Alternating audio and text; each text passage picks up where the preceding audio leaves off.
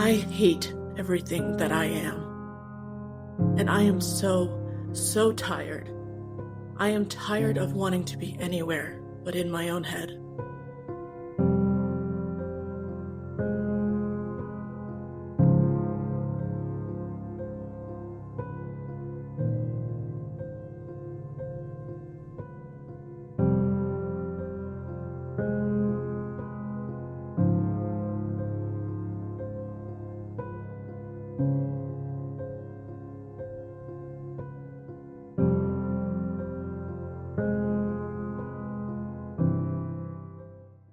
Hi, and welcome to Twin Flames Between Worlds podcast. My name is Tabitha. And I'm Liesl. Hi, and welcome to our second episode deep dive of A Court of Silver Flames by Sarah J Maas. Woo! Welcome back. Yes, so we will be deep diving into chapters 5 to the end of 8 today. It'll be a little bit shorter, because our first episode was a little bit longer than we normally do. It was over 3 hours, but not too much. So yeah, this one will be a little bit shorter so it evens it out a little bit.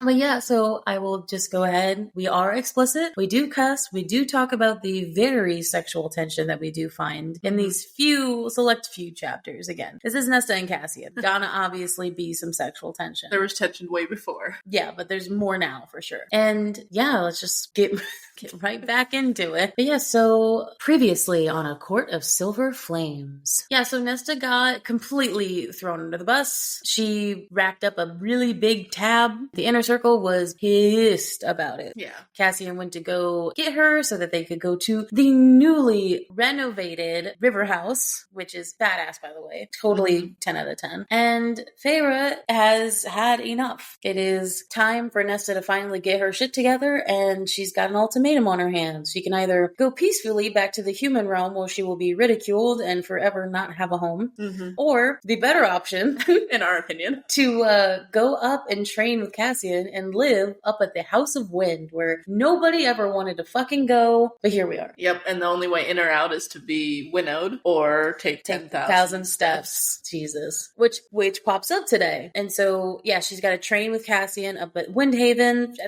in like the morning or whatever, and then in the evening she goes to the library. Yes. So, I mean, obviously she's not really happy about that because all of her choices are given away, and we got a lot of Nesta perspective, especially in the first few chapters of kind of seeing things in a different way. Again, we're not condoning anything she's done, but it sort of makes sense now, or at least it's starting to make sense. And obviously, poor Cassian. This is the woman he chose, though, so he's going to have to deal with it. Yeah. He has to deal with all the ups and downs. And then we ended at basically everyone, as in like i.e. Reese and more, telling him, be careful, and him just telling them not to butt in, and then Nesta sleeping for 14 hours. Yeah, so let's get more into the training, shall we? I was excited to see where it go, and then immediately got disappointed. So yeah, let's just get right into it. Yeah. So yes, start at the top, chapter 5. It's in Nesta's POV. The next day in the House of Wind, they're in the dining room again. Another dining room scene. Another table. Another long table where I'm assuming they're at opposite ends of the table. Yeah, like but at the ends, like the very ends, like the head, I guess is they call it. Because it seems like Cassian's got that OCD thing where, like, I mean, I do too, where if I'm going to sit at a table that I know other people are, like, I'm going to sit in my same spot. Yeah, that's how it was for me growing up. We had like a specific spot at the table that we always sat at. And even when we had guests over and had to bring extra chairs, I always tried to be in roughly the same spot around the table. And it was really weird. But I was totally imagining them, like, not on the ends, but like across from each other.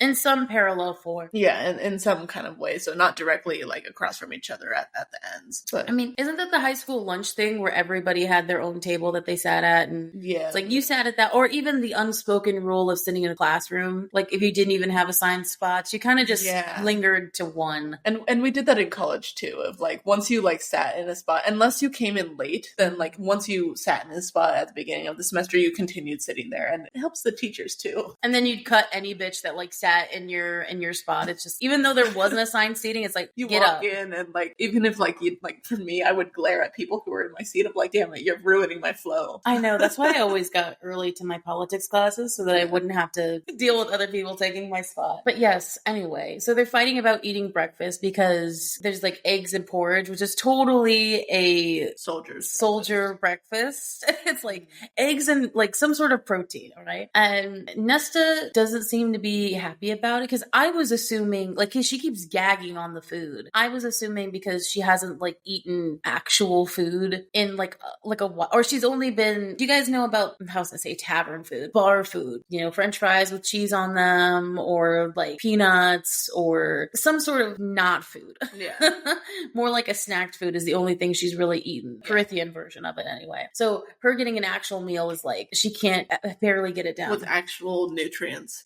My thoughts on it were that it was actually related to her memories of them back in the cottage, in that withered old cottage, when it seemed that they had porridge for breakfast a lot for meals. What Feyre said back then, back when she was having that argument about Nesta chopping wood, she's like, if you don't go out and chop wood at dawn, we'll be having cold porridge for breakfast. I didn't even think about that. Yeah, so it's like, okay, so maybe like while this porridge is not cold, it's still like maybe like that texture of it, of like it takes her back then. I mean, isn't porridge like kind of equivalent to oatmeal? Is that what that is? It's pretty much like that. I mean, the texture can sometimes change because it's more rice based usually. Yeah, I don't think rice rather than oat based, but yeah, I'm good. But I mean, yeah, I tend to like oatmeal better than porridge for sure. It's like when I ate eggs and had orange juice, and that's all I had one day, and then it ruined eggs for me. Yeah, I mean, kind of the same way in terms of eggs. Like they have to be cooked a particular way because texture, and that happened. Quick tangent because.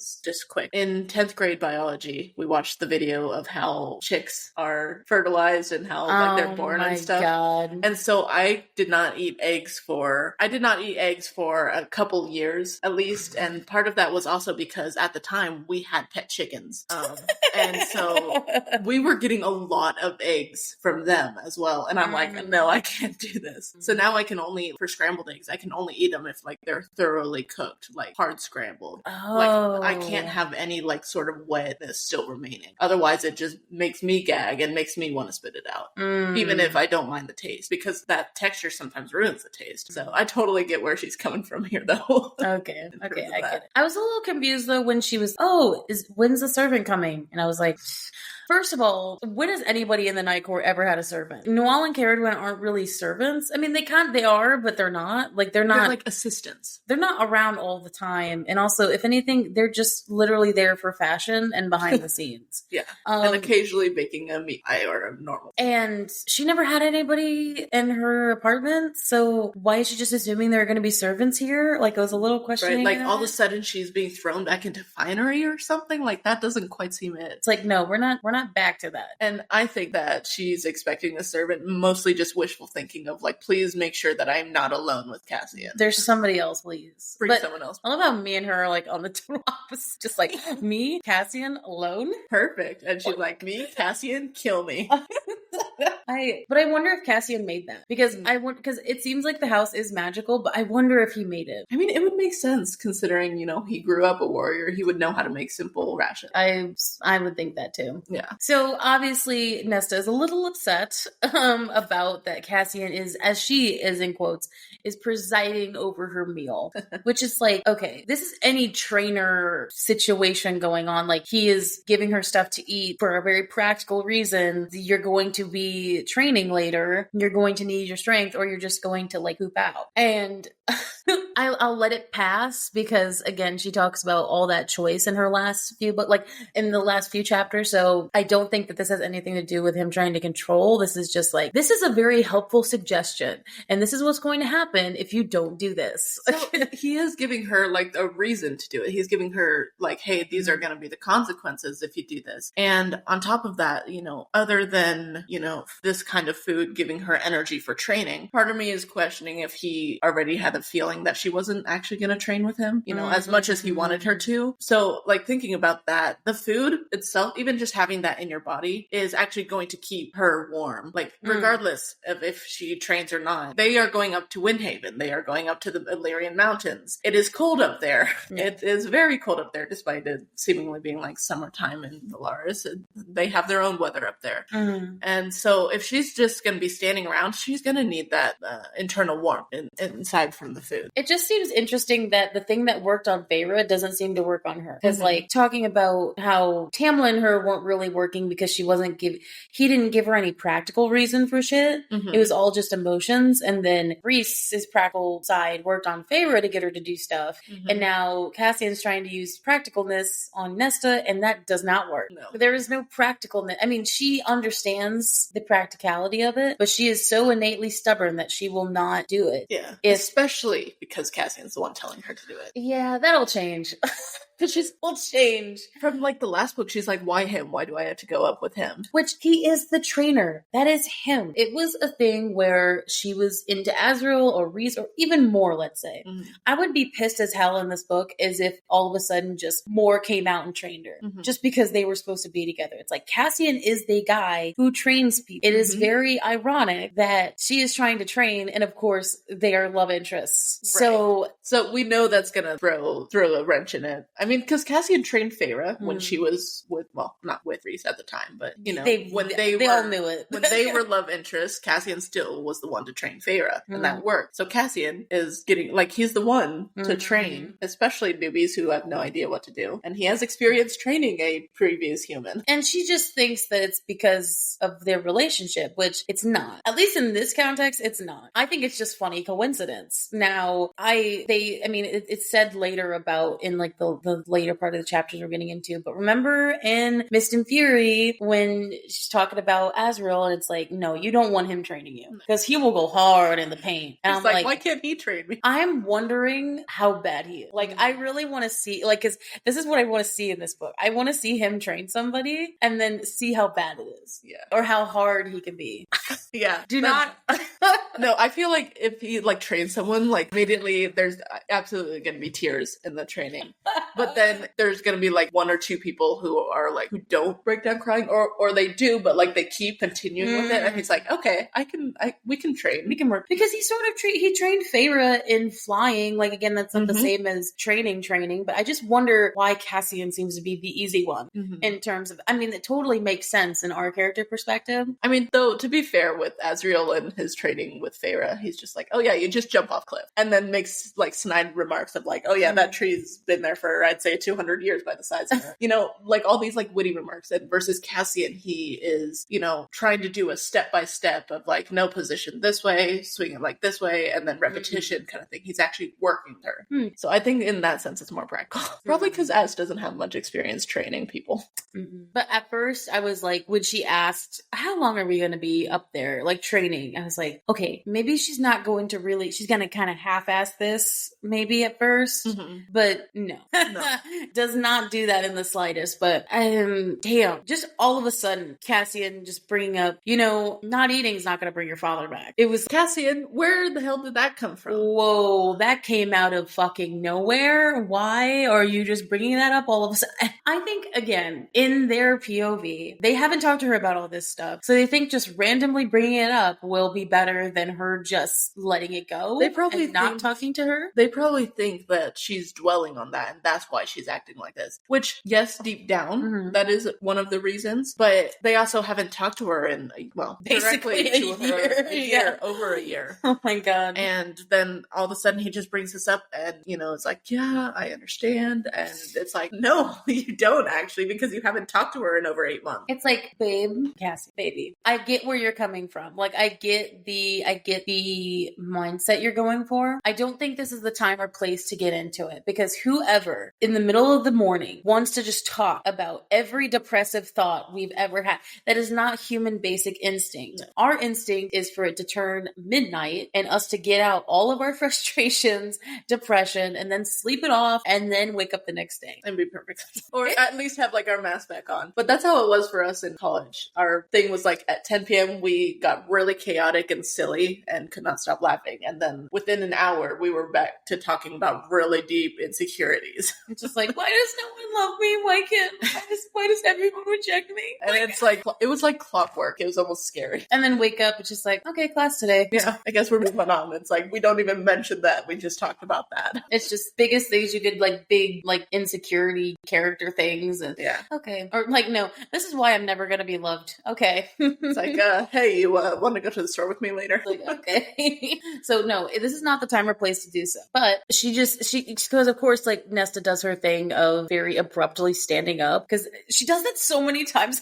She does. I forgot how many times she does this, but she thinks that it's intimidating, which at this point, at first it was. And then to Cassian, now it's just kind of like, oh. And taking that psychology class, that social psychology class in college, oh my God. You know, being able to recognize body language, like just the actual act of standing up is her form of having a defense of being, she wouldn't be able to do much against Cassian, but, you know, being able to be on her feet, being able to escape the situation, or if anything, you know, if she's seated, she's at a disadvantage. Yeah. So I think even though she's not even really thinking about it, that's innately what's happening. Of course, it's not intimidating now, though. No. And it's never really been to Cassian. To him. Everyone else, maybe. But I love how she's just like, your fucking opinions to yourself. And it's like, this is the first time we're hearing her actually, I know she's did a vulgar gesture to people before, but she's never actually cussed at somebody. And I love the fact that Cassian doesn't react immediately. He just blinks at her. And then he's like, he calmly says, where did you learn how to do that? It's like, from you fucking idiot. You curse all the time. And everybody in your court curses all the time. Probably, especially at the seedy time. Yeah, for sure. So she learned, for sure. She learned. Yeah. And it seems about right. Mm-hmm. But he doesn't seem to back down from her. Like, so she sits back down and begins eating. Mm-hmm. And she's, again, like we said before, it's kind of hard to get down, but his dominance won out, which I was kind of saying was very similar of a mirror situation to Rhys, where his power was literally trying to push her down and she fought against it and didn't do it. Mm-hmm. It wasn't until Feyre told him to back down and then she sat down again. Right. Versus Cassian is actually getting her to sit down without any power and without any, it's just a look. His own stubbornness in a way that she just knows that he's not gonna like let her go off of this. Cause like while he's given her passes like before, he also knows when to put his foot down about things. And I think she sees that as well of like, oh, I'm actually not gonna be able to get through this one. I'm gonna be stubborn and I'm gonna hate this, but I guess I'll. It just made me think of what I told Anthony about him. If he said in his Rhys-Anne voice that I would to go take out the trash, that I would do it. Like, I'm gonna say the same thing to John. I'm not gonna lie. I was just like, if you tell me in your Cassian voice to take out the trash, I will do it. Especially which we mentioned was in that episode was about the meme of like, go take out the trash. No, I don't want to. Changes to Rhys-Anne's voice. Go take out trash. Immediately it's runs like, oh, to yes, it. sir. Yeah, okay. Like, oh whatever you say, sir. But again, here's where the tension comes in. He's like monitoring every bite. She kind of abruptly stands again. She eats it all. Mm-hmm. She's like, I look forward to your science. And then as she walks out, he puts an arm to stop her, which again, we get his perspective right after that. We'll still go get into this. Mm-hmm. At first I was like, why is he grabbing us? But then as soon as he says what happened, I was like, oh, makes sense. Yeah. The fact that he stood up with her and then grabbed her. Glad to see you woke up ready to play. God.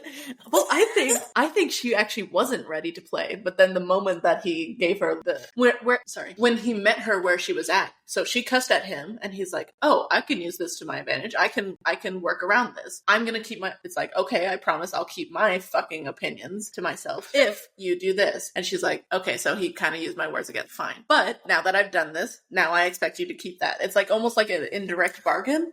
You know what's so funny about that interaction though, is that when he says that, okay, Nesta, we love you. But why is she like me? Now that I started reading this again, I was like, she's kind of like me, but she's better at masking it. So it was like specifically in this moment where he says, glad you come out play, Nesta. And then it's a low rumble. That is how Sarah describes his voice. Yeah. And immediately, I just have to say what she did. She couldn't help the thundering of her heart at that voice. The nearness of him. Yeah, keep in mind, like he is gripping her arm. So that means, and I think it mentions that she brushes past him near enough that if she shifted slightly, her elbow would rub against his stomach. So they are like close. So I can totally imagine him being like right, like kind of hovering right around her shoulder and saying that. Oh my God. Because he's also so close. It's like, oh my God, like the fucking tension is so taut. Yeah. And also she gets reminded of our I think it's mini episode 4 of ACOTAR. She references the flashback of when he nuzzled her neck in that mini chapter scene, that extra chapter from that book. Mm-hmm. How she let him nuzzle her. Let this male get so close to her. Got all hot and bothered. And even she has the moment, because I love how both Nesta and Cassian both have flashbacks of that final battle moment. Yeah. And she hears him say, Cassian can monologue that over and over again. I want him to say that constantly. Yeah. And she gets the flashback of what he says. And she relived those moments more than she cared to admit. Yes. I think, my brain just stopped. I really actually appreciated the fact that, she said she let him nuzzle her neck, but then she also said she remembered how she let him pull her into the kiss. So it's like, she's saying it, I chose to do that. And I feel like while she's remembering this, that's kind of innately, she's confused why she would let that happen. Or maybe she's not confused and she's choosing to ignore the reason why she let him do those things. Because I think she says here she couldn't bear it because she's trying to push herself away from him. She can't bear the thought of him being near her, which is what I'm glad we're getting validated from her perspective, at least. I still feel bad for him because he still feels like she doesn't like him, which is not the case. But from her perspective, him being near is kind of hard to bear. And so, what a fucking dumb bitch. He's saying all this romantic shit and she's still turning this man down because of some, again, whatever trauma reason is because she wants to protect him. This is stupid. Of like, don't get close to me. If you get close to me, you're gonna get hurt. I'm distancing myself to protect you. And the only reason I say that's stupid is because that is such a typical in real life thing to do. Yeah, self-sabotage for sure. Oh my god. Oh god.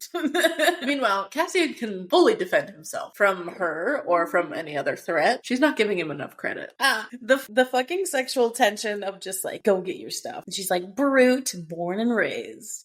I love his arrogance, even though it's very much a mask sometimes. Yeah. I love it so much. Because of course, like, Cassian hates being called like that. We know that, but he's gonna play with Nesta. If she continues to call him that, he's gonna play. Right. Has she really ever called him a bastard though? No, she hasn't directly. She said that he's brutish and that he's there might have been I think once at the beginning of ACOTAR. I think she called him a bastard, not in the terms of you don't deserve, more just like of a curse word. Right. You bastard. Because she didn't understand meaning behind it, but he played along with that of like, yep, bastard, lowborn, whatever. So it's like, no, but she's not, that's, yeah. So it's his thoughts, which is why we know he thinks of himself like that's that. Because he's always the one who's, oh, yep, I'm bastard, lowborn, nobody, So basically she says, don't touch me again. And she says, she makes it clear to him that this close proximity will not result with him in her bed. Don't think that you'll end up in my bed at the end of this. Which she thinks, oh my god. She thinks she wins with that one. This is so good. She walks away as in like, she had the hair flip moment of like, I got him. He said, and I quote, oh, it's not going to result in me climbing into your bed. She reaches the stairs. You're going to be climbing into mine. I'm like, it's like, okay, Cassian. God, what a good line. Yeah. Okay, I can't come up with barbs like this so easily. That was great. That was spot on. Which honestly kind of shows that he could be a good courtier because he came up with that quickly. Holy shit. That took me a little off guard. I was having heart palpitations. I read that and I was like, it's like, okay, I thought Nesta won that one, but no, definitely Cassian won that. And especially with Nesta's then next reaction. She's like, wait, what? She's like, I'd rather rot. And it's like, we'll see. She just fumbles on everything he says because she thinks that she's going to win. Climb into his bed, indeed. Indeed, yes. You probably will be. Probably. We're just beginning this book. We're taking a bet. Who do you think's going to climb into whose bed first? I think it's going to be her. But I mean, at least when I thought this the first time, I was like, I think he's, well, knowing Cassian though, I feel like his will will break. Yeah, probably. I think, okay, so my very first reaction to this was I thought there was going to be no bed involved. I thought it was just going to be somewhere like, I mean, maybe as casual as like a couch, like comfort couch, or, just a wall or something, or hell, even the floor. I just didn't think they'd make it to the bed. Yeah, so no bed.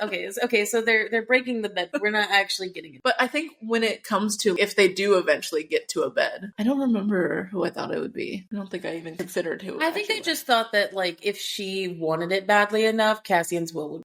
Because the want of her would range Cassian, for, yeah. He'd be like, oh, she actually wants me. She's actually inviting me. It's like, hell yeah. No, which Which in that case, then yeah, she would definitely, in a way though, like they would both win and lose, because that would mean that she would be admitting and inviting him into her bed. But at the same time, they'd be winning because, you know, sex. This is what happens when two alphas try to like. Oh yeah, it would both be win and lose for every single moment. I love. So this is the thing that Nesta does well. That she's struck so by surprise by this, but she just plays it off as if not effective. Which again, he can smell her obviously, but it's not like she has such a drastic change in smell. But no, I cannot personally, if like somebody I'm into like likes me, you can't walk away. Just play it off as like, oh, I think it's funny because he can like, they both think they win again, both alpha type, but he thinks he wins, and then she just shrugs and walks away, and he's like, well, I think I still win, but also how can she just walk away after that amazing comeback? It's like, I'm right here, babe. Which then is fucking hilarious when it gets into Cassian's POV, and the first thing, those pants were going to kill him. Those leathers. Because again, let's remember, Nesta is a dress gal, which is very much like me. And if we remember at the beginning of this chapter, Nesta, in her mind, she's like, oh yeah, I forgot how it felt to wear these tight leathers to be completely exposed. Yeah, she even talked about how she was exposed. She said she slid in and was grateful that he hadn't noticed. Well, he's noticing now. He totally did. No, he didn't notice before she got in there. Because he's like, please God, I don't want to look. Like, he's avoiding looking at her ass, which is so funny. Okay. Good old Illyrian pants. Those tight we leathers. Miss those. Also, Liesl, he's both a tits and ass man. Yes, he has brought them up on both occasions. So when she's in a dress, he's a tits man, and when she's in leathers, he's an ass man. Yeah. He's like a good all-around man. All-around American he's man. He's a Nesta man. Oh, yeah, he is. He's like, compared to the memory gods above, and let's remember, she is bony as fuck. So she probably doesn't have much ass in those pants. Yeah. But he is just already swooning over her. He's like, every word, every language he knew, he has multiple languages? Probably. That was a subtle thing that I was hot. In every single language he knows. A language, speak to me in another language. I don't care what you're saying as long as you do it in a sexy voice. Yeah. And don't tell me if you're insulting me. No. It's like how it made every thought a primal. Dude, he's like, he literally goes on for like a whole page, like a whole page back to front about how he's like, I just want to worship her. Yeah, he's definitely had some thoughts. Also, let me get this straight. In this monologue, this perfect man, my boy, has not had sex since 1 month before Amarantha died. That means 1 month before the events of Under the Mountain. Yep. He has not had sex since then. Well, not 1 month before the events, because she was under there. I meant like the death of her. Sorry, yes. Like the death of Under the. That is like forever ago for a man. So if we're thinking about it, that's like roughly 2 years. Like 2.5 years, something like that. That is forever for a man, especially like a male, quote unquote. Male like Cassian, specifically. Fuck. He hasn't had. Of course, he's probably all tense up. Yeah. And he said it was some random fucking chick in an alley. Literally just a quickie in the alley behind. Which, I mean, that's fair. Yeah, it's fair. No emotional connection. I just love. And since then, it's been the hand. It's just been the hand. Again, Sarah mentioning the self-pleasure, the masturbation thing. That's so funny. I feel like for men, it's more safe. For men, it's more okay to talk about. Maybe a little bit. I mean, maybe that's just because guys in general do talk about it, like, oh, I'm gonna go jack one off or something. Versus then when a girl talks about it, it's just like, oh yeah, I'm just gonna go have a spa day, self-care day type of thing. It's more covered up, yeah, for sure. Like, it's not just, and it's kind of like points to the suggestion of like, oh, like for a guy, it's just really quick, like just, well, it's not, you know, well, I really mean, quick, and then for a girl, it's like, oh, it takes forever.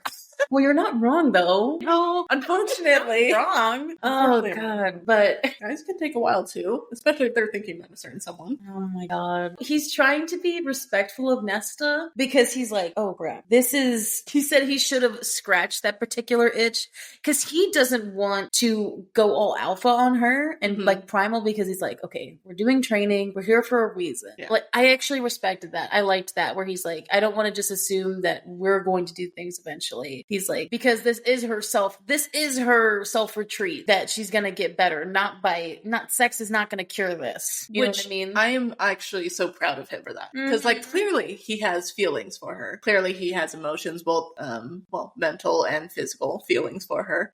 But he's also knows what his job is for this, not only to watch over her, but to train her, help her get better, help herself. And he's like, well, I'm going to continue to put my feelings aside, because if my feelings get in the way of making her better, then I don't want that. I want her to be better. I know. So he like talks about how she didn't need him pawing after her like an animal. And that's what he says. He grabbed her instinctually because he wanted to be close to her. He wanted to touch her. It's like, oh, and then, oh God, this is where this shit like makes me actually livid. Again, I love this book, but the whole Nesta, him really thinking that she wants nothing to do with him, when that's probably the farthest thing from true. And it's like how he says it had cracked an intrinsic piece of him, some final resistance and shred of hope that everything they'd endured during the war might amount to something. Yeah, because during the war, they actually had something building there. And now, like, she's just acting like it never happened. But I feel like that's even more sign that there is something there, because she's trying to push him away, because she hates herself so much. But of course, he takes that as he's done something wrong, or like that she hates him. It's like, guys, you both are getting very confused. Oh my God. I understand the not having hope, though. I mean, as two singles, as we said before, midnight talks. Yes. There have been moments where it's like, bro, I really thought this was going somewhere. And then all of a sudden it doesn't. And it's like, well, I need to like rethink what just happened. Like, right. Am I just blind? Or was there something actually going on? Was there something there? If so, why is this happening now? And I understand that she is going through stuff on that same front. That's not fair to him in their relationship standard. But if he's gonna stick it out, he's gonna stick it out. But I think he just also has whiplash from how quickly she cut him. It wasn't even like a slow distancing kind of. And oh my God, it's so sweet, because he said he was going to lay his heart out on solstice night. He came so close to doing that. That happened. Then solstice happened, and it's like she was so close to ripping out his heart, and she didn't even know it. Yeah, it's like, oh my. Because imagine if he did confess. Then just imagine that for a moment. I won't even begin to explain. Just imagine it. If he confessed, and then she still was like, that's when she said, "Go home, Cassian." I think that would have stung more than him just what ended up happening. Yeah. Well, no, yeah, she knew he was gonna say something. Yeah, but she shattered it like she's shattering everything around her. So because she doesn't think she deserves any of it, and she doesn't want anyone close to her. She just wants to wallow in her own pain. I will have dirty alley sex with you, please. I can like if Nesta doesn't want it, like I'll have dirty alley sex with. I'll be that extra. So you'll be the one sitting on Reese's lap under the mountain. First book, yeah, and then you'll be the one having dirty alley sex with Cassian. I'm just gonna randomly be in these ACOTAR movies, like when they come out, and I'm just gonna be that random chick who's just gonna have the cameo in every single one. I'm gonna be the random person Azrael wakes up with, just in like you don't see the actual sex, but you just see just a person lying on the bed. Yeah, because as we have heard, Azrael has had many lovers. So I'm just gonna be that girl too. Anyone else who comes up, we're gonna keep that as a running gag though. If there's like extra people, I'm just gonna be like, yep, that's gonna be me. You're just gonna be all the extra lovers. Oh my goodness, I'm fine with that. I'm completely fine with that. It's still awkward that because Moore hasn't gone back to Valahan yet. We're moving on. Moving on. It's kind of just awkward that Moore is here. Like, I mean, we know from the previous books, like they need someone to winnow them to Windhaven. Because flying will take a couple hours. Yeah, but it's just awkward that it's her. Yeah. Again, she'll be gone soon, and then it'll probably be like Reese doing it, or I'm not going to assume it's honestly, it's probably better that it's Moore in this case, just for this one, considering how Reese feels about Nesta, and considering how he probably nearly just snapped her neck in that conversation for some reason. Yeah. Well, reason that we can probably presume, but... Though I will say that as, like, Moore is waiting for them, he says something about how Nesta would make a good general. And I like, highlighted that right away. Yeah. Because I was like, ooh, what if they're, like, Lord and Lady General? I always thought that would be cute. And then they'd be generals together. Especially with how hard Cassian has been working to have female Illyrian fighters. Mm-hmm. I can totally imagine, like, him getting a group of those Illyrian females into the fighting ring and and then having Nesta in charge. Once, of course, she completes her own training. And they'll respect her because they'll be so fucking scared of her. True, and also because she's like, hey, I'm a female, I'm fighting. She'll prove herself and enough to. Also, sorry, an extra point, the Illyrian males are terrified of her, they scare her, and also they're scared of her, and they also hate her, and it works. It works as well, because the female Illyrians can be like, oh, so the males don't like her, but she still does it anyway, so we can do that. Right. Without risk of punishment. Like any general situation, it's a good role model. Yes. So, yay! Nesta's POV again. We're up in Windhaven once again. Yay. I love her little comment here when Devlin asks what she's doing here. I know, it's really good. And before we get to that, she notices, I like to bring up, even though we're in third POV, I love how Nesta is very observant. She's like, oh, there's new houses built. It's like, oh, she was only there once. Yeah. And she's noticing all this new shit. That somehow, because again, she is very, I think it's, again, Sarah making her a very reliable narrator and being, yeah, no, this is not how it was before. Yeah. And yes, the ring, guess who we see? Yes, but Devlin. And I love how, before we get to what he says, so Cassian gets in his like wide stance with his wings out, and just like he does to her about her, like naming poses after her, she does the same thing to him. She's like, oh, I noticed, he's, the position conveyed the perfect amount of ease and arrogance, readiness, and power. A mask, of course, to face Devlin, but... Devlin, we're so glad not to see you again. Yes. So, yes, as Liesl just said, what's her business here? Witchcraft. I love that Nesta smiles because she knows it. Not the right thing to say to him, but also the funniest thing to say to him. Because he really does think that she is a witch. Yeah. She also reads intention and emotions so clearly. Yeah. She is so in tune to other people's intention. People think she's oblivious to everything. I will remind you, Devlin, that Nesta Archeron is our High Lady's sister and will be treated with respect. AKA, don't you fucking touch her. No, that was the resand we was like, she's mine. Yeah. But he can't say that yet. And Nesta would kill him if he did. Yeah. Devlin and the guys are so scared of her that apparently any weapons that she touches have to be burned. Or buried. Well, it's different. So at first, it's just they'll have to be. Oh, so the first one is they'll be buried after. But if she's bleeding, then they have to burn it and bury it for some weird fucking reason. Like all their superstitions of like if the female is bleeding. Oh, what superstition? That's my question. Yeah, because I'm like, are they okay? The witchcraft thing. Okay, whatever. That kind of makes sense about maybe something can be imbued with magic or some sort. But the period thing, I'm not understanding. Because we've heard of, when Illyrian females bleed for the first time, that's when their wings get clipped. But we haven't really heard much else about that. And if I may, a quick digression here, there was a book that I read years ago called Clan of the Cave Bear, and it was very Neanderthal. It was literally cavemen. But the main character, a female, she had her first bleeding, and she was like an other. She was a Homo sapien rather than a Neanderthal. And when she had her first bleeding, she was like distanced off from the rest of the clan that she was staying with. Like she was not allowed to be touched or approached just because she was bleeding. And it's kind of gives me that vibes a little bit. I was assuming it had something to do with like blood magic, maybe. Maybe witches use some sort of blood magic that would be more powerful if they were on their cycle. I don't know, but like that's the only thing that I can discern. What mine is just like. Oh my god. I don't even know. Like I don't even know what they expect. I think it's just asshole men just being like, in the Prithian equivalent, this is what this is, of just stay away from the woman. She's gonna go fucking nuts. Maybe they don't understand the whole thing of, mood swings are a thing.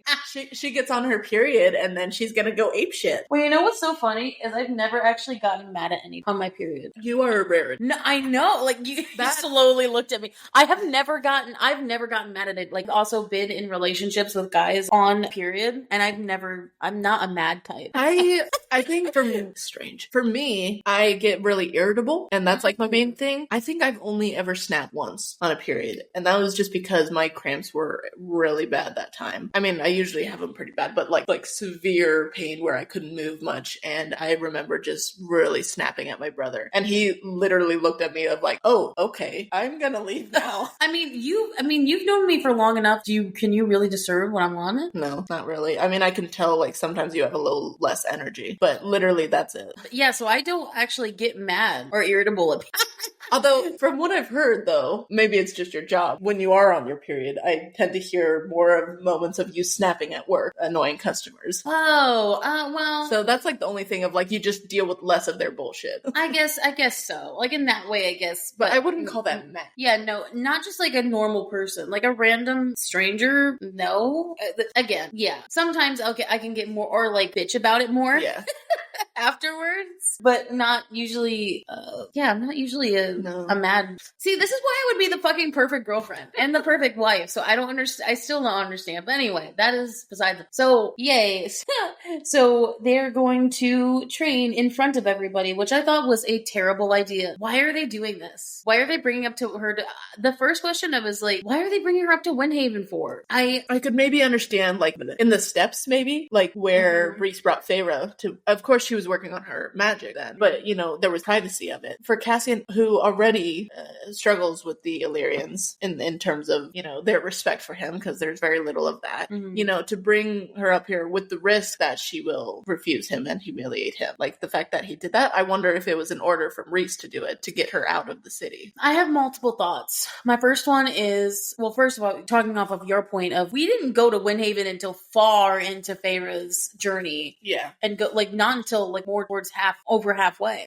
So they were just sending Nesta again to Windhaven just right off that in front of like a bunch of males who basically just told her that she's a fucking death sentence to be around and that they have to like burn or bury everything that she touches. It's like, again, I think her refusing Cassian here is a little is upsetting, especially in the moment, but when you step back instead of horse blind eyes and you look at it, two things. I think it was Rhys. I don't think that was him who decided that. Maybe it was. Maybe we'll reread this and be just like, yeah, that's, I just decided that.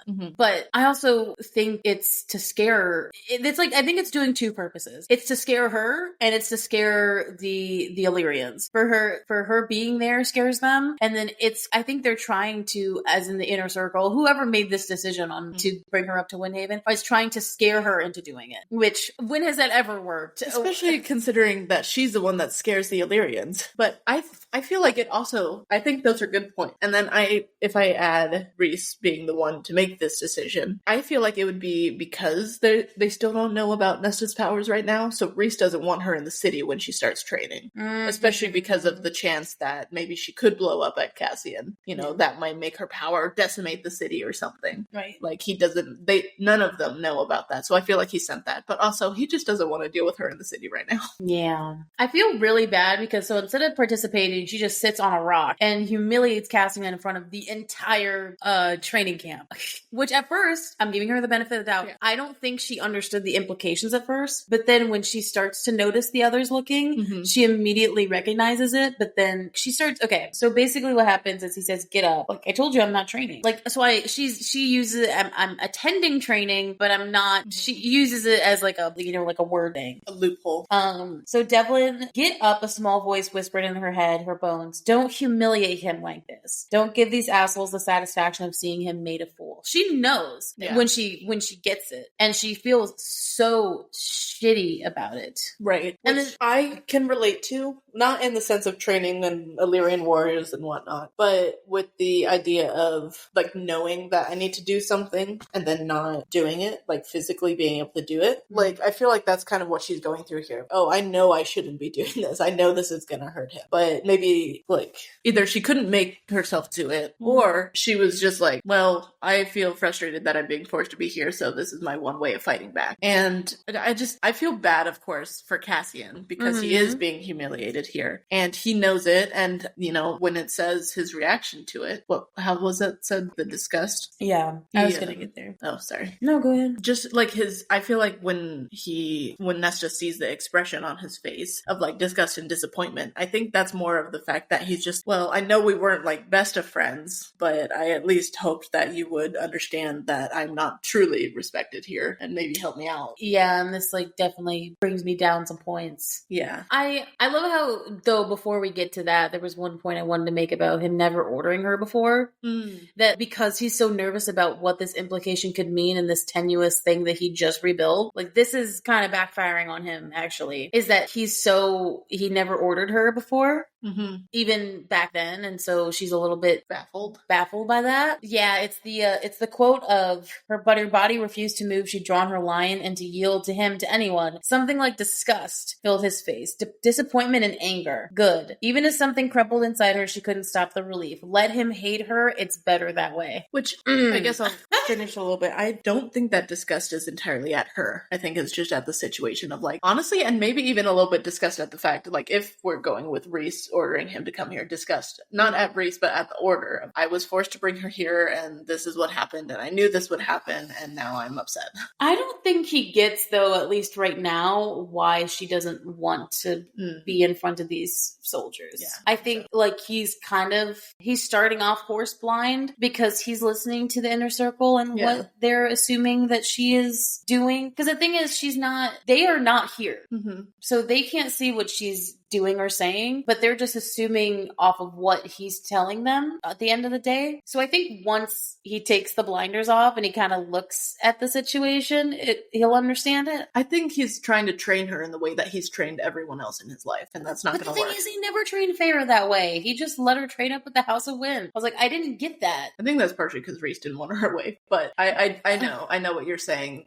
But even then, he still basically like followed the orders to train her, and he's trying to go about that of like, Feyre was willing, of course, to be trained, and while Nesta is not willing, he's like maybe thinking of like, oh, but she, rather she would prefer to do this rather than go back to the human realm, so she's going to want to do this. I also thought maybe he wanted her there as well, Cassian personally, just so that the women could see somebody training as well. True. But of course, that's not happening. So basically, he just starts his morning exercises and doesn't force her to do anything. Because again, he can't force her to do something. And I think he turns to training when he's upset as well. Oh, well, yeah. Also, it'd look really weird if they just left all of a sudden. Yeah. So now it's just them, it's just him training. Yeah. But she's just watching. So it turns back to Nesta's POV again. And, she's sitting there hating herself about how, she was not able to look away from, oh my God. She is still in so much awe about how he moves. And I'm like, but she's not sitting directly staring at him. She's kind of doing the side eye thing where she's looking at him from the side. Yep. Oh, she's like so keenly aware of where he is in space. Like she just monologues for a little bit. And she's like, she hadn't been blocked. She hadn't been able to block it out. And of course, Moore is back. This was not good. Dude, this actually... me rereading this and doing the deep dive on this one actually got me a little bit. It's like, more, just stay out of it, please. I understand from a friend perspective trying to stand up for another friend, but also her. Isn't this interesting though, as Moore as a character? Because isn't Moore the person that is like so pro women and their trauma and trying to figure out like what is best for them? But somehow, because Nesta doesn't fit the bill of normal trauma response of like, I'm just gonna be inward now and I'm gonna destroy myself from the inside instead of kind of letting it lash out, is that somehow Moore does not see what's going on. Whether she's seeing it or not acknowledging that, that's another thing. She just thinks Nesta's being a bitch. And that's purposefully trying Cassian. Which sometimes her words are meant for that. But that doesn't mean she wants to hurt. But it's like, isn't it interesting that Moore is about to say all these things that we're going to get into, but she's the one person that, helped make the library with priests and helped make the priestesses have a home and da-da-da. And spoke with a lot of priestesses, helping them hearing their story. And she doesn't even know about like how she almost got raped, like by Tom. She doesn't know anything and she's blanket statementing all this. And she doesn't even know Nesta's story. So it made me really dislike her in this scene. It's like, why are you... I mean, obviously we know that you don't think that Nesta's is good for Cassian. You said that in the war. Now you're just being a bitch about it. Yeah. I'm not going to judge a woman's experience based off how they act. Just because someone's more inwardly dealing with stuff doesn't mean that someone who's lashing out doesn't also deserve redemption or deserve help. Right. But they're just blanking in her off. This is just happening. I love how the first thing she says is like, hard at work at sea. He is pretty, isn't he? She is totally using that as a way to like be like, he's handsome. It's like, more. I feel like that's one way to, that's a way to get on Nesta's nerves. Two, like, you're kind of like, oh, what's the phrase? I don't know what the phrase is, but where she's like saying that to rile Nesta in a way of, oh yeah, like, you totally think he's pretty, right? It's manipulation. Yeah. 100%. But at the same time, she doesn't want them together. Yeah, that's the pure manipulation, all of that. And my vote would have been to dump you right back into the human land. She was probably the first to vote that. Well, maybe it was behind. Well, no, I feel like she would have been the first. This is where it kind of gets for me, right? She says, and I quote, "I knew plenty of people like you once." She puts her hand to her abdomen. "You never deserve the benefit of the doubt that good people like him give you." Holy shit. She basically said that she's as bad as the people in the Court of Nightmares, which I was like, hold on. No.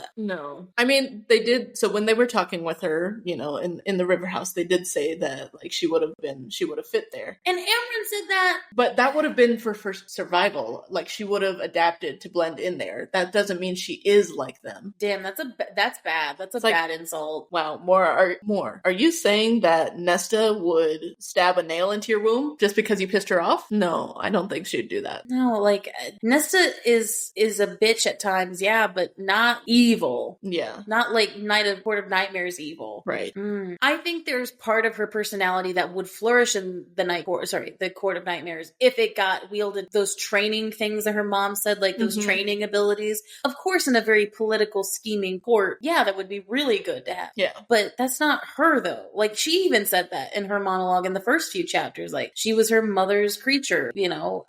God. And basically saying not only that, but that she's not worthy of Cassian, which she already knows, that she already feels inside. She didn't need more saying that. More should have just kept her mouth shut. Also, she was early, so like she kind of interrupted and Cassian wasn't directly there. I feel like maybe she did that on purpose. Oh yeah. She definitely did. She one more jab before she just disappeared and went back to Valahan for sure. Maybe Sarah was just tired of writing her as a bitch and just sent her off. I mean, it's interesting, right? Because again, I'm not saying that I hate Moore's character, but this was terrible. Like, she did not deserve that, I don't think. Unfortunately, I can't say I'm surprised. Like, it didn't really come out of the blue, because we have seen Moore's dislike for Nesta before. But now we're not getting it from Faber's perspective, where it's like, oh, like, sweet Moore. No, we're getting it from Nesta, who feels the attack. Well, and you know what? She doesn't know Moore's story either, but like, from what Nesta can discern, it's like she was brutalized. Right. She can tell, like, okay, so something happened between Moore and Cassian, and then Moore was brutalized and left for dead. But immediately Cassian like goes over there and he's like, "You're early." He was upset, obviously, because what did she say to her? I think because he did seem to be facing away while doing his training exercises. You know, he was training and then he felt a shift in the air, or he just glanced back because he wanted to check on her, saw Moore there, and probably saw Nesta being like either grimacing or frowning or something, or even just could tell from her body language, just like, oh shit, this is not going to be good. Although for a brief moment he runs over and he's panting and sweating. Delicious. He's like, oh, you're here. But with his shirt on. Yeah. Wait, did he have a shirt on? Hold on. Didn't he have it on? This is important. Yeah, unfortunately. Anyway. He didn't want to overwhelm Nesta Tuesday. It'll happen sooner or later. But yeah, so Moore, when it was the back course, Morgan was a self-righteous busybody. Yeah. Which at first I thought that was Cassian's POV, but no, that's Nesta's. Yeah. She's saying the same thing. They both describe them the same way. Yeah. So she's finally in the library in the House of Wind. She doesn't go because of the orders. Like, she goes because she wants to do something rather than because Cassian just fucks off. They go back and then he just disappears. So it's her choice. Like, she's making her go down to the library. Right. He just said, hey, your work starts after lunch. I mean, I don't even think he said anything. Well, he gave her a note, or maybe he didn't, but there was a note under his door. Oh, yeah, under her door. Sorry, pronoun game. Yeah, that told the library at 1. Yeah. No threats, no promises. Information. But she wanted to go because she'd rather do something than not do anything, sit in her room and wallow. I can relate that. Yeah. As she goes down there, she like triggers herself because the only one and final time she's been there is when they got attacked by the Ravens. So of course she's going to be a little traumatized going down there. It's so funny that the priestess is like, that's their safe haven. And then for Nesta, it was the one time that she got attacked in the night court at all. And it's like, being here is not great. Yeah, and now she's expected to work here every day. Mm-hmm. I think she'll learn to love it. Right. I mean, she seemed to want to go down there in the first place. Yeah. So. But guess who we run into right off the bat? The secretary, Clotho. I mean, she's basically their secretary. Yeah, or the head of the library. I mean, she's probably the head of the priestesses for sure. Yeah. She speaks for them, but... Speaks without speaking. I was so glad to see her. Oh, I missed her. Yeah. But also seeing her hands also triggers Nesta. It triggered Nesta, and I feel like it triggers everybody. Because it triggers her into thinking about what happened with Thomas. Because she sees well, not with Thomas, not only with Thomas, but with being shoved down in the cauldron again. Yeah. The male hands on her.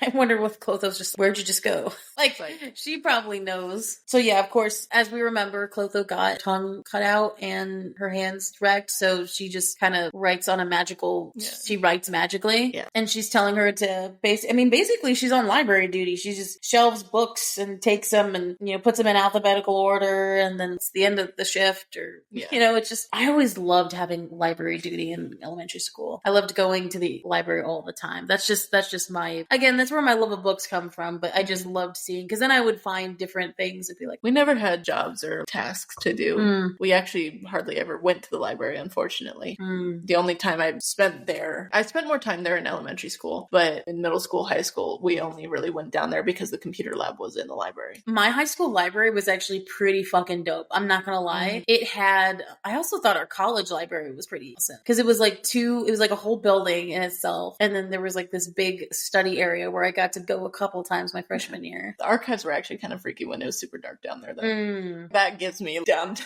the access level vibe. But yeah, the one in high school, there was a whole, there was a beanbag chair set up, there was a fireplace, it was like a whole, and then there was a bunch of, that's like Hogwarts level library. It was like the common area that was like, it was pretty good. I actually like, this is what happens when you went to a high school that had more people. Are you trying to say that you had more people than a middle school, high school combined of 250 kids? Yeah, I had about 1,500, yes. Ugh. And that's just for high school. That's just for high school. I don't care how many times I bring it up. That is wild to me. And ours was kind of like a mid-school. Penn High School, like the rival school, was 3,000 kids. I can't even imagine that. I mean, it's just, I guess it makes sense why my library was so small, because we didn't have many kids. Yeah. But honestly, sorry, to the point you were making, I also really did like putting my books back when I was like looking for them. And if I saw a book out of place, I went and found the place it belonged. Oh my God. Just because, I wouldn't say I have OCD about it, but like just the symmetry that I often need, like that kind of thing would tie into it of like, oh yeah, I need to organize this, because if I were looking for this book and it were way in the wrong section, I'd be upset. Just being helpful, So this is where we get to Nesta. This is the quote. So I'll say the whole thing, but this is what Liesl says at the beginning of the episode. As she's putting the books away, like she has a final second moment of peace, but this is Nesta inwardly. This is like her actual thoughts. Yeah. I am worthless and I am nothing. I hate everything that I am, and I'm so tired. I'm tired of wanting to be anywhere but in my own. Relatable. Damn. Very relatable. It's like how worthless she feels. You would wonder, because again, she comes up with such arrogance that I'm above everybody. But in reality, she is very much the opposite. She thinks that she is not worth anything, and that, and that triggered that for sure. Absolutely. That's literally where it's coming from. She had already, those thoughts obviously were already in her head, but Moore brought them to the surface once more. Damn it, Moore. That's not what she needs right now. You're making her, well, she hasn't really made much progress, but you're making progress go backwards. It's interesting because, again, this is the first time we're being in the library without Reese or Feyre. Yeah. And so she's actually seeing the priestess. I don't know if it's because we were in Feyre's perspective and she was so hyper-focused on Reese whenever she was in there. Yeah. But they never saw any of the priestesses. Or maybe they avoided them. Yeah. That library is also massive. Or maybe Reese told them to, like, not be around. Maybe he knew what they might be getting up to in the stacks. God. Or they just had the good sense to just steer clear. Because they're like a mated pair. Mates. Well, the priestesses always seemed like Athena's warriors to me. Like, we're going to be virgins for the rest of our lives, sort of thing. Like that, I don't know why, but at the beginning of this book, that's how I felt. Like Amazonian women, we're going to be like strong in that way. We're not going to like have sex with them. It's just going to be, we're just going to be virgins. Like we don't need men. We have books. Yeah. So you. Okay. Except you do want a man, so maybe that doesn't. I want a man. I don't need a man. Right. But you do have books. And I have Cassian, so I wish. So she's just legit putting books back in the library, and it seems nice. And I like how the priestesses aren't really interacting. Yeah. There's a level of, it's hard to describe, but sometimes that's why I like living in the city sometimes, because I like kind of walking around. I just like people. Everyone's doing their own thing. There's a lot of people, but you don't have to interact. And no one's focusing on me. Sometimes when it's in like a small town environment, like like, sorry, bringing up your small town, like where you were definitely being focused on. I was a sore thumb, like walking around in her town. Like, so I like it when it's kind of, I can just blend in. My town population is 1,500. My hometown is 1,500 people. How many people you had in your school? King High School, yeah. And she comes in wearing bright neon clothes in a mountain town, a mountain village. Very sexy, I might add. Yeah, very low cut, like front and, kind of short around the legs, which I'm not saying that no one in that town wore very skimpy out, because some of the high schoolers, absolutely, when they weren't forced to be in school. But definitely, like, we went to the store at one point, and then we went to go pick up my brother from school, and they were, like, just looking at her like she was an alien. Mm-hmm. It's like, yeah, I mean, we get a lot of tourists passing through there, especially during the winter for skiing and whatnot. Mm-hmm. But even then, we don't often have neon people. You got an LA girl at heart to go up into the mountains, and it's yeah, honestly, I'm proud of that. Got a city girl to spend 2 weeks in the mountains. But yeah, so I agree with Nessa in this kind of feeling. There's a piece in knowing that other people are doing their jobs, and it's like, it's not Vesta Archeron. Like, right. There's a level of it's the High Lady Sister. No, it's just a new worker. Okay. Yes. And like menial tasks to just kind of like, make your mind fuck off so you're not thinking about anything. You're just doing the work. Yeah. I love, this is so funny. Clotho's like, thank you, for your assistance. Feyre has spoken very highly of you. And no one likes a liar. That was hilarious. And Clotho actually like smiled. Cause I think that's the first time really we've seen her smile. She smiled and gave a small huff of laughter. She's like, it was pretty much a very bullshit lie. Yeah. She was trying. But in a way, I feel like that made Nessa feel like, because she's like, it was kind of lying. I was just lying. Right? She admitted her lie. Goodness. The fact that Cassian didn't come to, he is definitely an avoider. Yeah. Like, if he feels like he's failed, he's not going to, I think she was actually sad. I think she actually, even though they had a tisk at breakfast or whatever, I think she was actually looking forward to seeing him because he'd been gone all day. Again, she doesn't say this, but I'm just... Of course, but I think it is that case because regardless of, their arguments and their relationship right now, she has gotten used to his presence. Mm-hmm. Of course, he's been mostly gone for the past 8 months dealing with the Illyrians, but, he's still roughly been around, and especially when she's told that she's going to be living with him, she's going to expect to see him more. But also with the fact that now she's actually alone. Yeah. And she can't go to a bar. She can't bring home another male. Like, she's actually alone. So she goes to the dining. Like, she actually goes to see him, and then it's only set for one. Mm-hmm. And she just runs away from that. And she starts to think, I humiliated him. I probably should have expected this. Mm-hmm. But I hate the first thing that she thinks is that he went right to the inner circle and is talking about her behind her back and saying like how difficult she was. Dude, that is a real anxiety of being like, I know I fucked up. And now he's probably talking to all his friends about it. Which, to be fair, he probably did. But I mean, seeing from where it's actually going, it doesn't seem like he actually did like eat with them and is choosing to eat dinner with them. Right. And like, he's actually somewhere else entirely. Right. Which of course she doesn't know, but like that whole, he probably did give them like a quick report. Mm-hmm. Like, so training didn't really happen, but I'll try again tomorrow. And then he goes on to his next thing, which we'll get there. I'll actually go into that because there is a section where he does talk about telling them, but it's a different. Yeah. So this little end of chapter 6 is like she fights with the house. So she basically says wine, and of course she holds the wine glass up and it puts water in there instead of wine. I just love the fact that she's just like talking to a house, a new low, and it threw the plate of food like unceremoniously onto the table. Like, fuck you. Like, you need to eat, and that's Here it is. And so obviously it was roast chicken this time. Hey, that's better than porridge and eggs. So that was the house actually making her something. Yeah. So, which the house seems to have an attitude problem. Yeah, that's which kind of makes me laugh. I'm laughing, but also this is the first time we're seeing like the house have an attitude. That's like an emotion. Mm-hmm. That's attitude. That's not just regular magic. That suggests sentient. Mm-hmm. Like if it's an emotion. Because in ACOMAF, actually in the past 2 books, the food just appeared at the table. Yep. But it didn't, like we had thought it was like servants that had made it and then winnowed it in. Mm-hmm. But I I don't know. It's kind of like confusing because we haven't seen too much of the house just giving stuff. Yeah, we don't really know much to talk about at the moment, but it's just weird. It's like, it seems like she's giving an attitude, so it's giving her the attitude right back. Right. It's kind of like a tit for tat thing. But so she says, fuck it, and guess where she goes? She aims for the doorway. She is going to attempt the 10,000 steps, which, again, we're not there yet, obviously, but... On her first day. It's not gonna go well. Her first day that she's actually awake. So we go to chapter 7. So we find out that we're in Cassian's POV again. No, he didn't immediately go back to the House of Wind and go to the River House and immediately shit on Nesta. He has more winnow him directly to the human lands. Because again, from the last episode, he is to figure out what's going on with the human queens and be as courtier. So that's their first step. They need to figure out what Bassa knows about the other queens to give him a place to start king, which is so...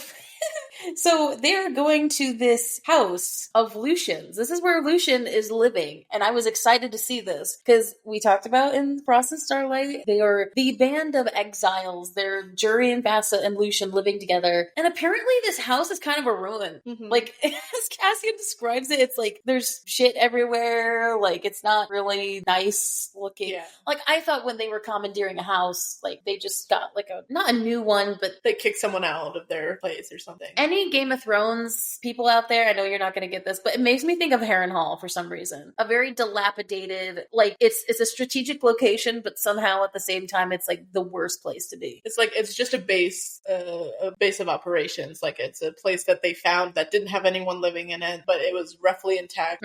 So they made their base. So yes, it is his first time playing courtier. I love how Cassian snorted at the band of exiles thing. And Moore does not stick around, obviously. Right. So here's the part where I was saying that he didn't go to immediately the River House and tell them, but he said he didn't go to shit on her. He didn't say anything about really her. He said that he failed.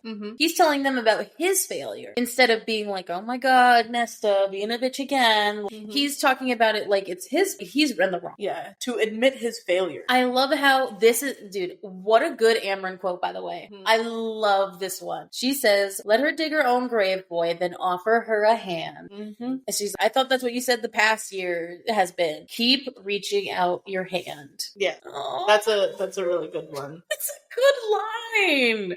It's like, let her dig enough to then get back out again. And then when your hand is there, she'll reach for it. When she's ready to get up. Amryn knows. I mean, even though she was being a bitch to her last episode, she knows. But yes, guess who opens the door? It's Lucian. Hey, baby. Hi. It's like, I thought I sent someone. Okay, hey. Oh, by the way, Eris is here. The fuck? What is he? I was very surprised. I was like, why the fuck is he here? And then as we get into everything, I'm like, damn it. At first, when reading it the first time, I thought it's like, oh, Eris is here to check on his brother. Definitely not what's happening. Okay, can I just say, at this point, I thought Eris was just kind of an asshole. I had questions, but I was like, okay, if he's here, like, something's going on. Like, there's a reason. He's not just coming here to, how do I say? He's not coming out here just to taunt. Yeah. There's an actual reason he's here. Because he is absolutely an asshole, but considering, I mean, even though the war is over, Baron is still alive and kicking, unfortunately. Obviously, Eris has his own agenda. And if he's here in the human realm, specifically where Bassa and Jurian are, like, that's going to suggest he's doing something for his own agenda. It also seems like he wants to talk Bassa as well. Yeah. So, again, Cassian is triggered by Eris as like, ew. He doesn't really care about Eris. He doesn't care about their alliance. Cassian is very loyal boy. What he did to Moore, he will never forgive no matter how much he explains it. He just wants to torture him to death, which is kind of funny.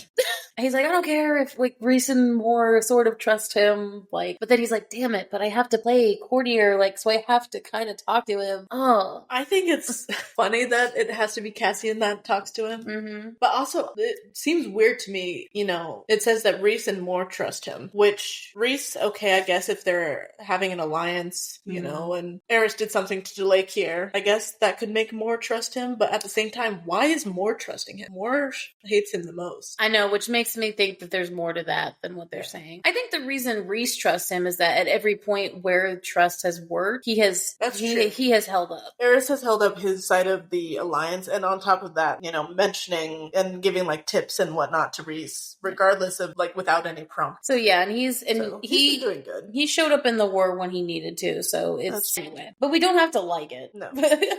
So of course we're all just sitting in this fucking room together. Mm-hmm. He's just thinking, okay, what would Reese and Moore do? What would Reese and Moore do?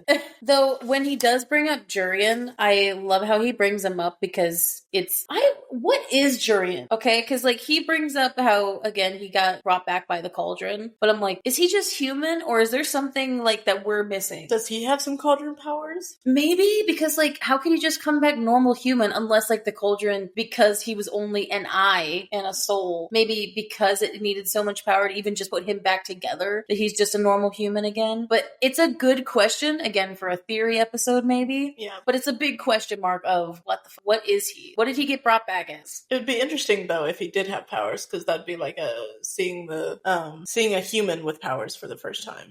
Well, other than the queens who seem to have winnowing powers, which we still don't know about that. And which we'll get into all like their. It seems we get a little bit more information about that, but it's like so many things to calculate. General Cassian, a pleasure, Your Majesty. God, the tension between Jurian and Vasa. This is why I think that they're couple material, because he's just like, ugh, don't do that. It'll get to her head. Like she's an actual, queen, and he's just sitting there casually roasting her, and she's just letting it happen. But they've totally had some late night talks. They've had sex, I would assume. Yeah. And Lucian just watched. I don't know. There's, again, we're not going to get into it now, but there is for a potential theory episode. People are thinking about like a throuple situation for the three of them. And again, I'm probably not the best person to like actually dig into that. I could see it. I don't think that. But again, we can go into that later. But that is like, there seems to be tension between all three of them, and I don't know what that is. I definitely ship Vasa and Jurian. Yes, I think that they rule well together. Whether that's Jurian becoming a king, or if it's just Vasa and her general. Mm-hmm. It's like, I am a queen, So Lucian's a little bit, how do I say, aggressive to him. Cassie, he's like, so is this orders or whatever? So not only is Lucian an emissary for the Night Court, he's also allies with Vasa and Jurian, and apparently he's a liaison for Tamlin, because apparently he's just out of commission right now. No one really knows where he is. So a liaison, I would assume, again, he's not his emissary, but he's just kind of like the person that Tamlin speaks through, I guess. Yeah. From what we're considering it. If he seems to speak at all. And he's the heir of Day. Like, he has so many fucking responsibilities. He's like the connector of all of Prithian. I know, right? Now he just needs dawn and winter, right? And summer, I guess. I just love Cassian is his first, like, trying to, ease the tensions. Like, how's the spring court doing? Probably not good, Cassian. I would assume not. And it's fine. Wow, amazing information. Amazing information. Oh my god. So, what? Just Eris laughing at Cassian.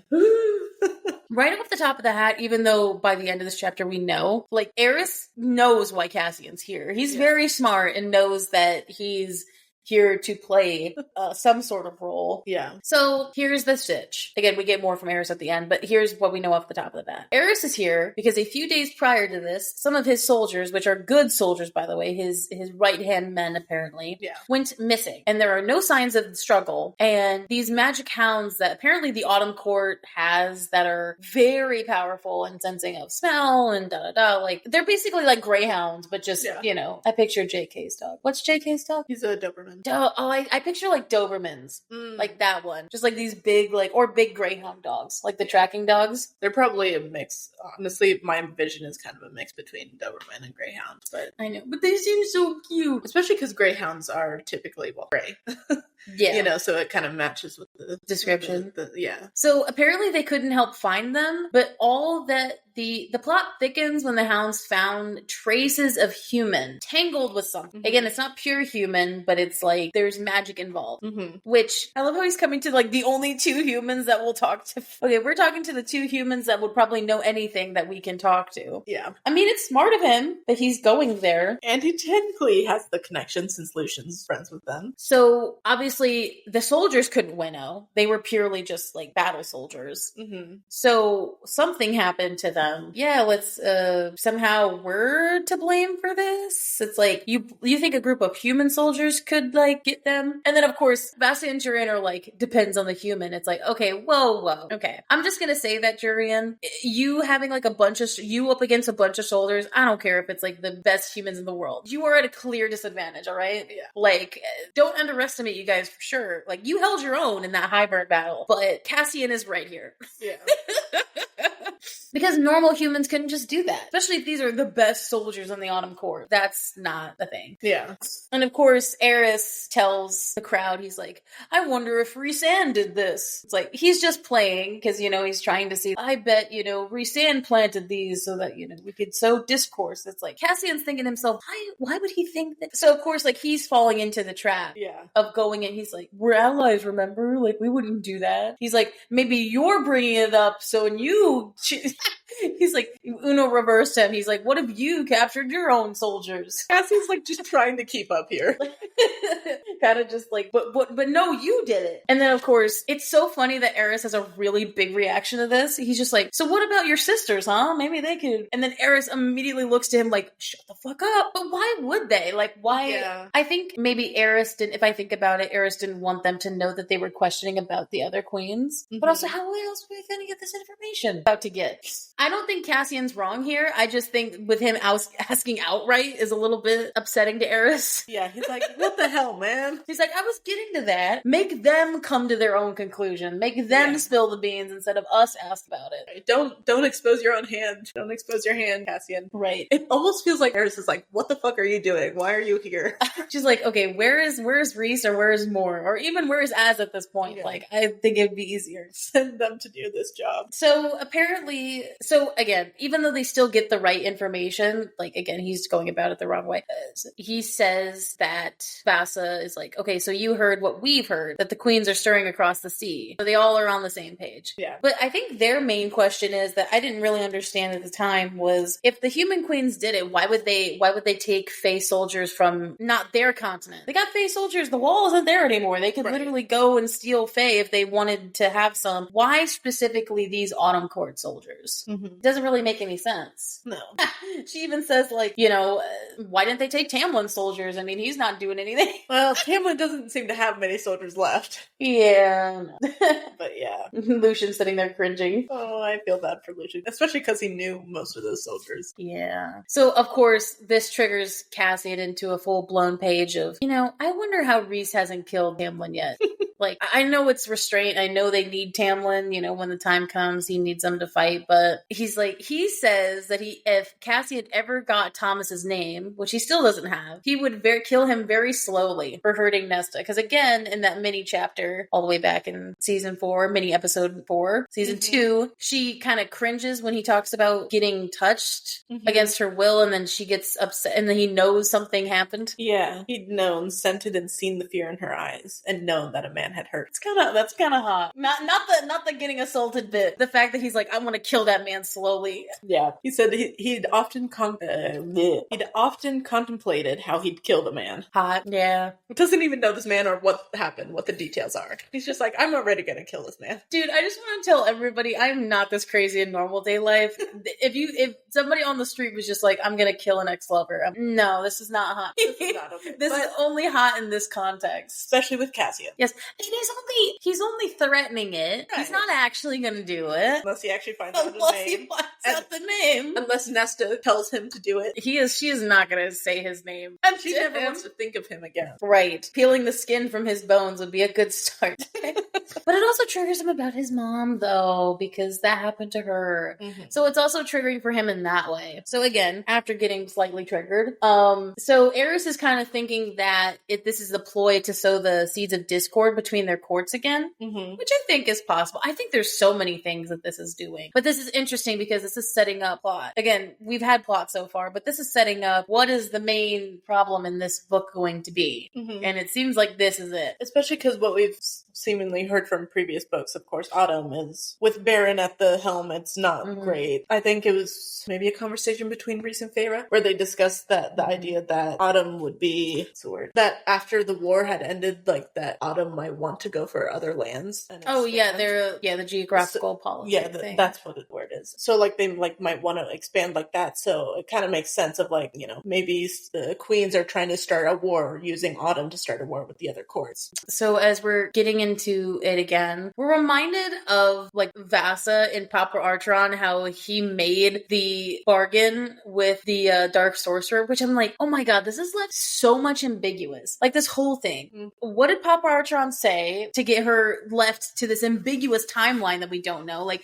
Cassian's like, how much time does she got left? None of us know, and I don't think they know. Even Vasa doesn't know. Or at least she hasn't shared it. Or I don't know if it was like, so I have no clue. So, oh god, that's so wild. So, which of the queens could do something this bold? We finally get a fucking name to this queen. I'm so glad. Her name, so this is the crone, the Fae queen, that the human queen that turned Fae but that turned old because the cauldron turned her old. The one who was greedy to go first and then wanted mortal and youth and got old instead. Yes. Briallen is her name. Yeah. Which is kind of cool. I actually like how it's spelled. Mm-hmm. So obviously this is the one that, because of what Nesta took from the cauldron, automatically got, because Nesta took something, Briallen got the bad end of the stick when she got in. Mm-hmm. So obviously Briallen must be gunning for Nesta. So Cassian knows this, and obviously he gets a little upset by that because that she seems to maybe be in danger. Maybe in danger once again. And I love how it's Lucian that's like, calm down, man, calm down.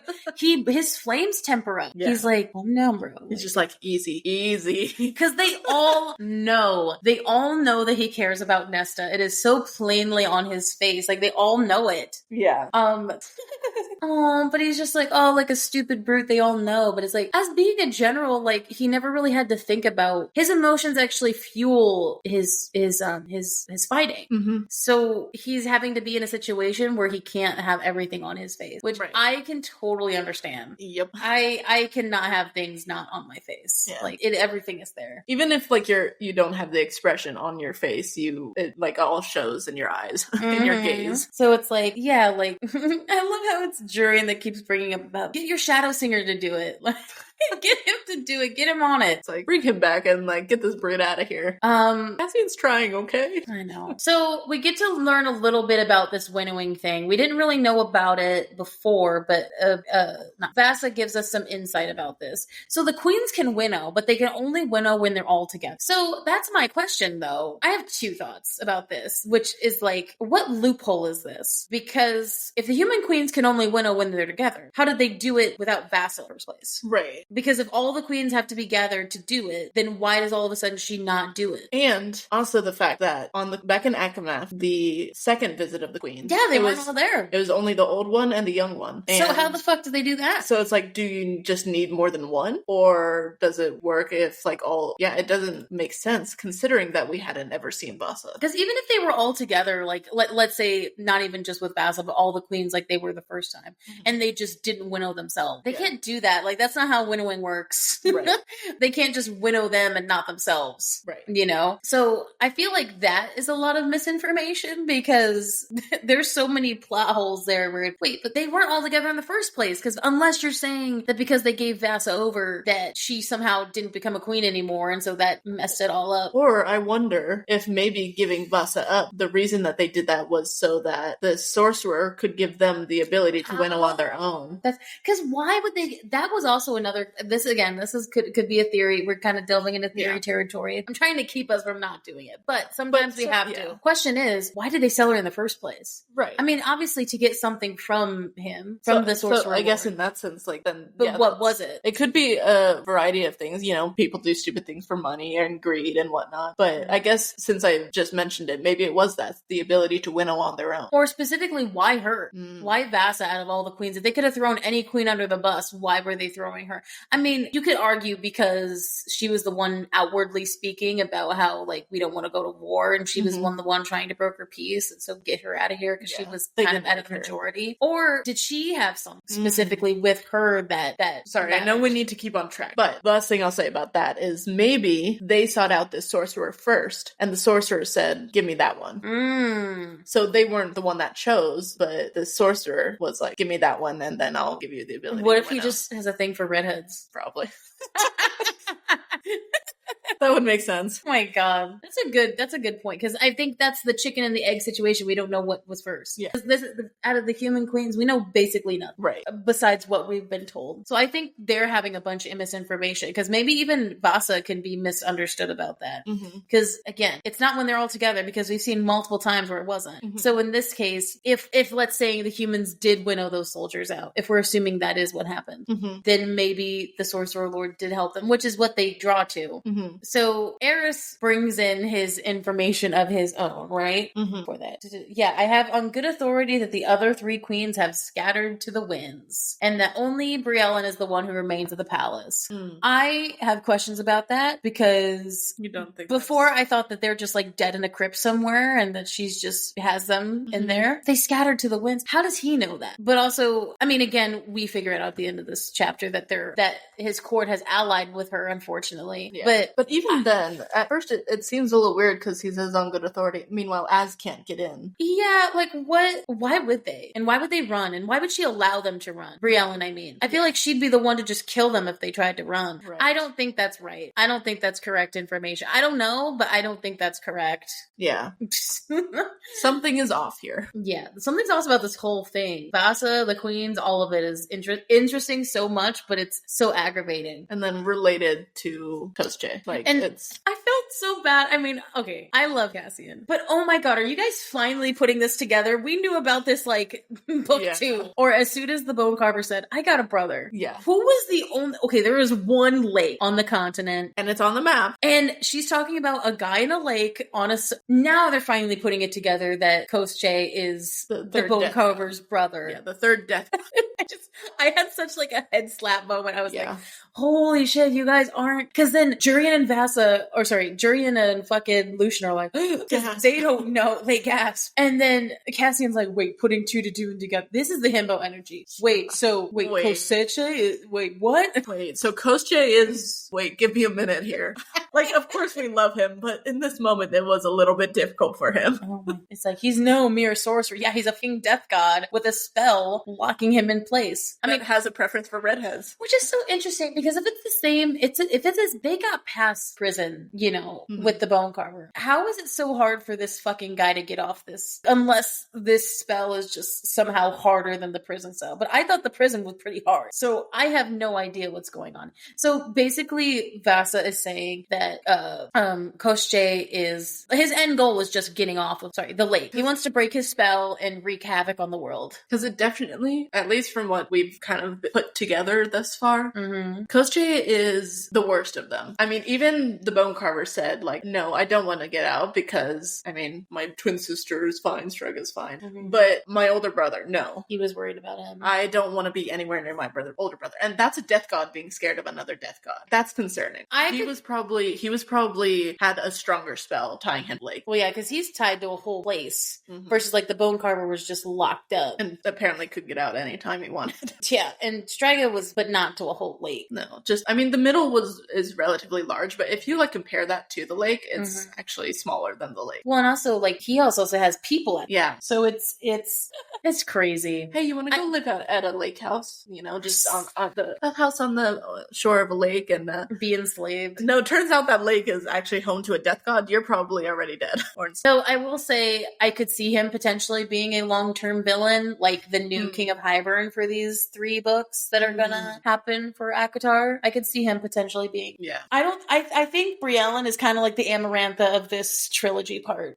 Because again, there's going to be 3 main books. I think she's going to last for this book and that's it. And then Coast J is going to be more of the long. That was what I thought at first. I mean, I'm not denying or saying anything, but that's my thought. That was my thought. Makes sense. It seems like Lucian does care about Bassa though, because as soon as she talks and she gets a little bit scared of Coast J, like he looks off into the distance, like it's like Lucian, we love you. You're not going to be the one to take him down. I'm just going to say that. You can try your best, but you'll be dead within a few seconds.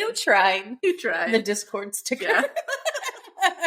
You tried. But Coast J is as old as the sea or old. Well, yeah, he's okay. It's a god. A death god. They call him Coast J the Deathless. So a death god that is deathless? Well, yeah, because they didn't get the bone carver monologuing that we did. Because they didn't understand that there's a difference between their Fae immortality and the god immortality. Right. So they know it now. And so that's what freaks them out. I fear what would happen if he gets free of the lake. Well, yeah. They are legends that predate the core. So this is like, again, getting into that interesting dynamic where we talked about in the last 2 seasons ago when we talked about our theory about predating what happened before. So now I think we're getting into this old lore that's going to help them for now, like gonna help them for the present. So of course he got the information he needs. Briellen is a problem. It seems like this is way more than it originally seemed, just with the queens. So before Cassian can leave, Eris catches him outside the house. And he just says, "You're a terrible courtier." Well, at least he's honest. Oh. You're terrible. Don't do it again. Isn't it a little weird that he sensed the air and he's like, she didn't say bye? Okay, Eris, that was a little bit creepy. How, they've been in there probably for an hour at least. How can he still smell more there? Is he trying to show his dominance? Because, I think that's what he's trying to do, but he's coming off as very much a creep. He's like, she didn't want to say hi. Eris reads Cass like a book because Eris is, honestly, if I'm going to be honest, he's like the equivalent of Nesta. The kind of the man foil of her in terms of being taught court politics and bringing down enemies and shit. Again, the oldest child thing. So he reads him so hard. Yeah. So basically Eris gives him the ultimatum. It's like this turns into somehow, wait, we are allies, but somehow I'm giving him the ultimatum. Eris wants in on whatever Cassian is doing right now and figuring out this court stuff. Because what a fucking idiot. Baron, the father, pledged his forces to Briellen already and the new war she wants to incite. What a fucking... Because Baron probably wants the land. Idiot. He wants the land and he wants power. And he knows that if he gives her enough firepower that she probably could do it. That's insane. He also probably knows something we don't. Which is scary, considering how dumb he is. Legit, what the fuck? I knew I didn't like him, but already... Okay, now you're just getting idiotic. Because remember, Baron goes with wherever the tide's flowing. So he knows something that we don't know about this situation that makes him change sides. And that's not good. He does what's most beneficial for him. But in a good way, they have Eris. Now, this is where I'm starting to not again, I'm not loving him at this moment, but he's saying, let's work together. I got the information. My father tells me everything. Let's treat... Because he doesn't want this. Eris does not want a war. He wants to incite civil war into the Autumn Court and kill Baron, which everyone would probably be happy about. But that's because he cares so much for his court that he wants to change it away from Baron. And it's just yeah, we can kill Baron. That's cool with me. Just work with me here. Yeah. He caught wind of her ambitions and went to her palace a month ago to meet with it. He went to the continent. So here's where we get a little bit more information. I mean, because Eris trusts Cassian to a certain extent, he's telling him all this. Because they are allies. So when Baron went to Briellen's palace, Eris brought those soldiers with him. And so he's saying what he didn't tell the others was that they came back wrong. They came back aloof and off, he says. And so his hounds compared the same scent that they found on gifts from the queen to them.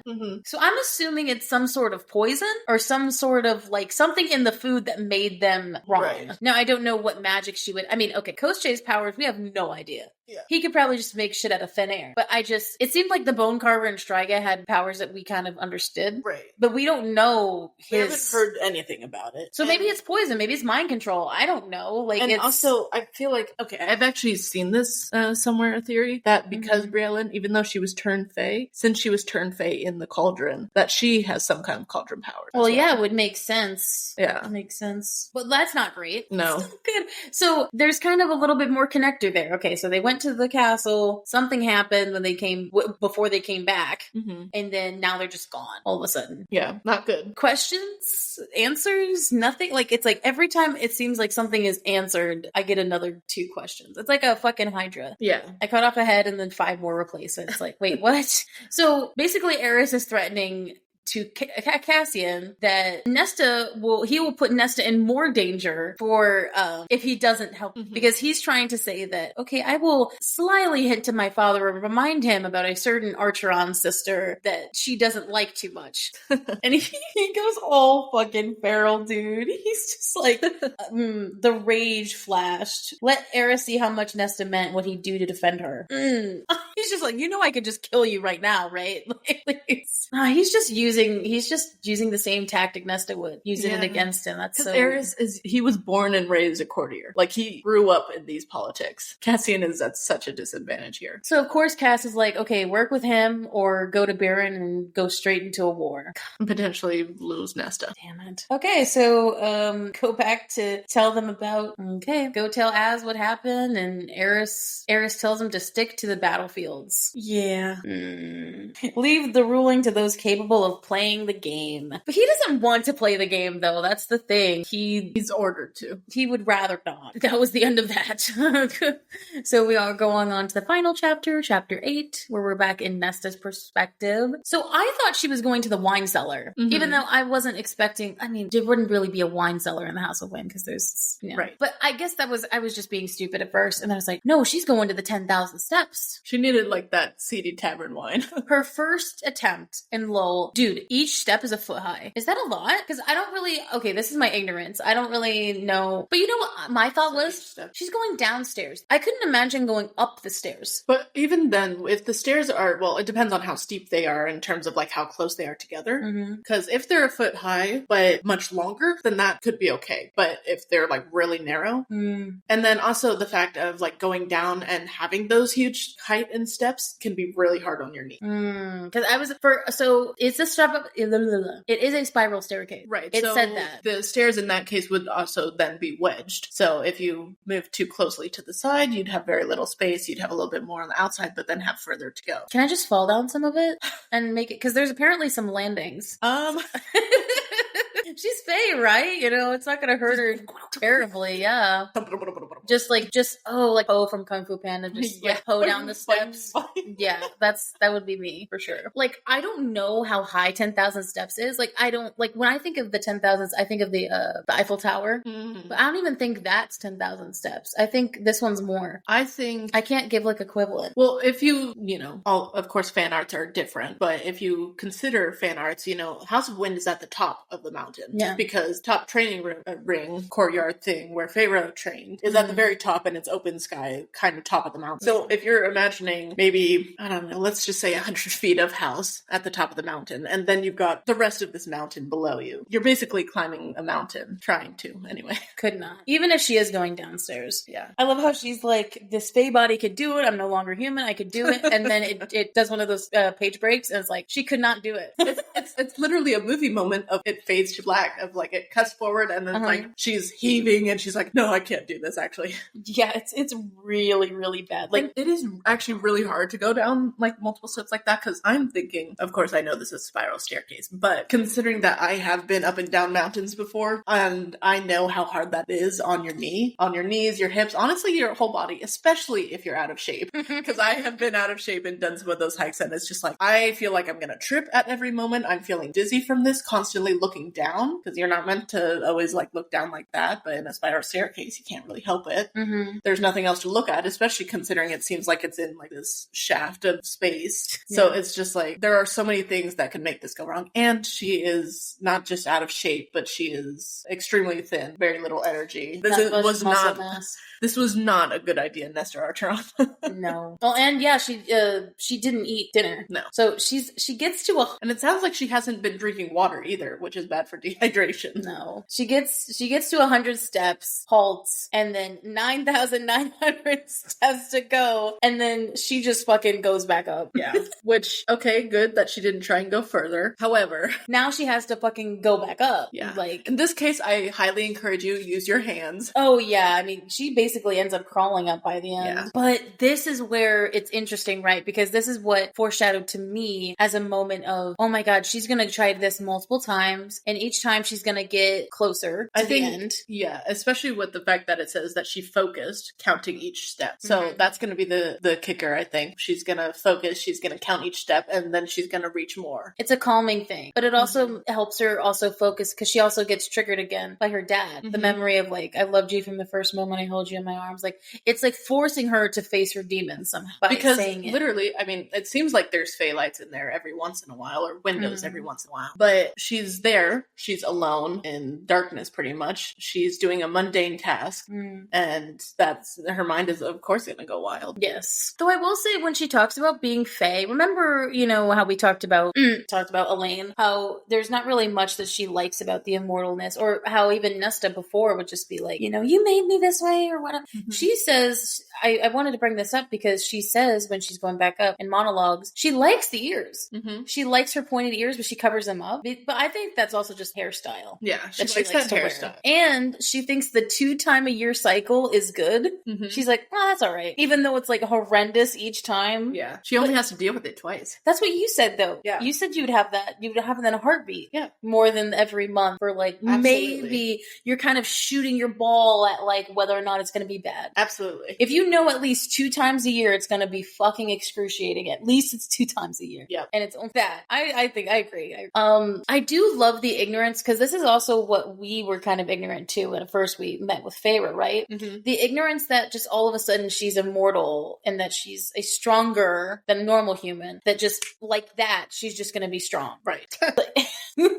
Like, she doesn't have to, because she thinks that even though she's not eating and she's malnutrition and whatever, like, she's thinking in the vampire way of they are immediately. Yeah, that like a vampire doesn't need to eat or drink, it just needs to drink blood. Like, she's thinking that she's automatically just going to be strong, which at least from what Cassian has said and from Baron, so they still have to train. It's more so the idea that you have more potential for strength, but like, you still got to take care of yourself. You still got to care for your body, because if you don't care for your body, there's no muscle to have you be strong. It's so funny though that she's like fucking, I could just imagine her slinking up, you know, the SpongeBob thing where the guy was like, his legs were just cut off and he's like crawling into the store, the Krusty Krab. Sorry, I almost called it the Krabby. I almost did too. I was like, that's not what it is. That's not it. That's how I imagine it. And then she just looks up and Cassie is just looking down at her, smirking, just across the hall, just, you know, arms crossed, maybe a foot back on the wall, just how far did you get? So before Cassian actually gets there, we get the kind of where he has been this whole time. Cass needed time before seeing Nesta again. I think there's good and bad to that. I think in his perspective, he's taking time so that he doesn't blow up at her again. But in her eyes, it's as abandonment. Because like both I can see, both I understand, but also, damn. So the inner circle definitely didn't like the information that was given from Cass about the fact of all the betrayal that they just figured out with Baron. It's like, be in communication with him, like keep an eye on him, you know, like, you're my general, Eris is sort of general of Autumn, like just see it like that if you can. I agree with Feyre here, and I also don't agree with her, because she's basically saying that this fucks up Eris's plans of taking over Autumn, but I also think it's just because he doesn't want his territory in another war. I think that there's a genuineness to it as well, but she's just not saying it because she just also doesn't like him. But also she has reason not to like him. He almost killed her. So, you know, but anyway, so he flies back, sees that the House of Wind's door is open, and he just sits there waiting. He knows. He's like, oh, I know that door. And he was like, it was worth it. It was worth seeing Nesta struggle out, and it made his night glow. But I love this so much. It was so wholesome. Because she says, she's actually the one that talks to him first. She's like, whoever designed those stairs was a monster. So I don't know if anybody else can relate to this, but I was actually a jock girl. Believe it or not. Dresses, I was a jock. I was kind of in everything though, but to be That's fair. true. Did anyone else have where you had to do fucking burpees on the bleachers? No, we didn't. No, I've heard of that, but no, we just had to do suicides. Oh my god. So we used to do in the really incline. When I think of these steps, I think of those bleachers. They were pretty high up, and also you had to basically run up and down them because I'm short, and also I couldn't really reach them, so I wasn't running as. And you know, because I'm fat here in high school. Of course, that's high school. And yes, I'm just a plus size woman who that does not compute. Yeah. So those were hell. So whenever like I feel this pain of like, yeah, whoever designed those bleachers were a fucking monster. It's like, no, that's terrible. But anyway, I digress. It was worth. I love the exchange of Cassian. It's like every time he does this, it's like he gives her a little piece of himself, even though he's not really realizing it. He does the same thing I do when it's like, oh, bring up a random story. Like I remember this, and oh, it's so sweet. That Reese's father used to make them all the Bat Boys, climb up and down the stairs as punishment for public nudity. Like public nudity? Just Valaris? Practical jokes regarding public nudity. What a way to say that. Was this They were probably drunk and streaking. Yeah, was this in Valaris? It depends on where it is. Was it in the Illyrian camp? Was it in Valaris? It was probably Valaris. Court of Nightmares, maybe? Like, I don't think anyone was unhappy. You know? Like, yeah. It wasn't like those streakers in college. Like, it was very much like, ooh, warrior toned body. I'm okay with that. But obviously, Reese's dad was not in on the joke. No. But he brings up a funny moment of how they all threw up at each other. Yeah. Like, Az threw up on Cass threw up on Reese, and then Reese threw up. Just the steps. Cass on Az, and then Az on Reese, and then Reese all over himself. And then they had to clean it up as well. They were forced to clean it up. Imagine, like, having to go down those steps, or maybe they started at the bottom and went up. That'd probably be worse. And so they're, like, puking over each other, and then they're also, like, panting and breathing hard, and they're, like, so dizzy. And then on top of that, it's like they reach the top, and it's like, oh yeah, we puked. It's like, nope, go back down there, clean it up, and then back up. It's like, no, that's a horrible punishment. He's such a golden retriever. Also, I love any antics with all three of them being boys. Yeah, I know. It gives them character for sure. Yeah. Also just makes me laugh. It's wholesome. Right. It reminds me of like myself when I talk about stuff with friends that's happening. Mm-hmm. But Nesta, okay, she doesn't fully smirk at him, but she kind of does laugh. She's like, he said the corner of her mouth was she's like trying to not to smile. But then she can't get up off the floor. Anyway, even though she's like staring daggers at him for helping her. And she just says, like, her reason is, this stupid house wouldn't give me wine. And she only made it to 111. I knew you were out of shape, but 100 steps. She's like, 200, counting if you go back up. That's true. That is a good point. I mean, but, okay, when we've all exercised, haven't we all done that to just make it sound excusey? Like, anytime you have to give a second to it, there's like, okay, well, you didn't. Yeah. So in college, I know I told you this. Yes. I tried. This was around the time I was reading Silver Flame. And there were like these short little steps back in the corner of the music building. Short steps are hard too, though. That's true. To get up to actually, they weren't even that. They were normal, I guess. But there weren't very many of them. But it was just like hidden in the back. And, I hate stairs, so I'm going to do this a couple times. Maybe that'll be my exercise for the day. And then I would count them as I would go because I was reading Silver Flames. And I would text her of like, hey, I went up and down this many times. And then I sent her another one like a few days later of like, I improved. I went this many times. And then I'm like, I can't do this anymore. Well, and also it was hard because there's not like a set of stairs that are just fully down this or fully up. Right. You have to go up and down. So that's harder than just going fully down or fully up. Right. I mean, I guess those had landings, but the main stairs in CVPA. But even then, those were out in public. I didn't want that.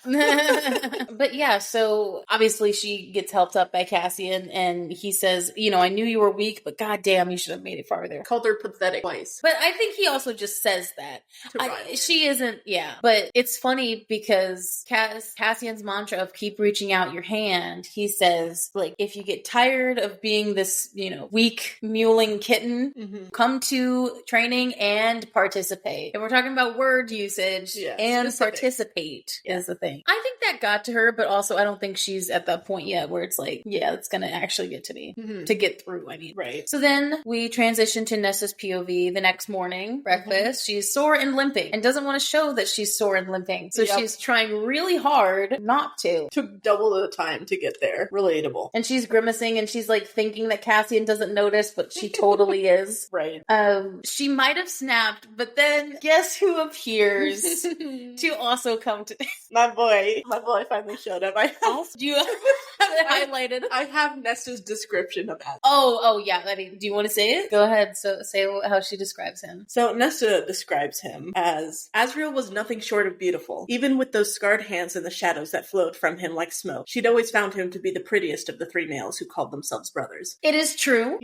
So again, for any BTS fans out there, holla, for any ARMY, that is like our relationship with our boys. Yeah. Like your boy is JK and mine is Jin. JK honestly is the most beautiful out of like to me. Like Tae's probably, but that's very. But like the pretty boy, the pretty like conventionally boy to beautiful. Me, yes. But again, would never be the one I'm into because again, Jin's the one I'm into. But she's also very stunning. No, I mean he's don't get me. We're like handsome. Get me started on Jin, but that's what I mean. It's very much that like when you're I don't know even when you're in a relationship or that you're friends with people who are in are fake relationships, I guess since we're single. Yep. It'd be like if I said something about your boy being conventionally. He is nothing short of beautiful. Not that I would ever be into him, right? But that he is a conventionally attractive person. Yes.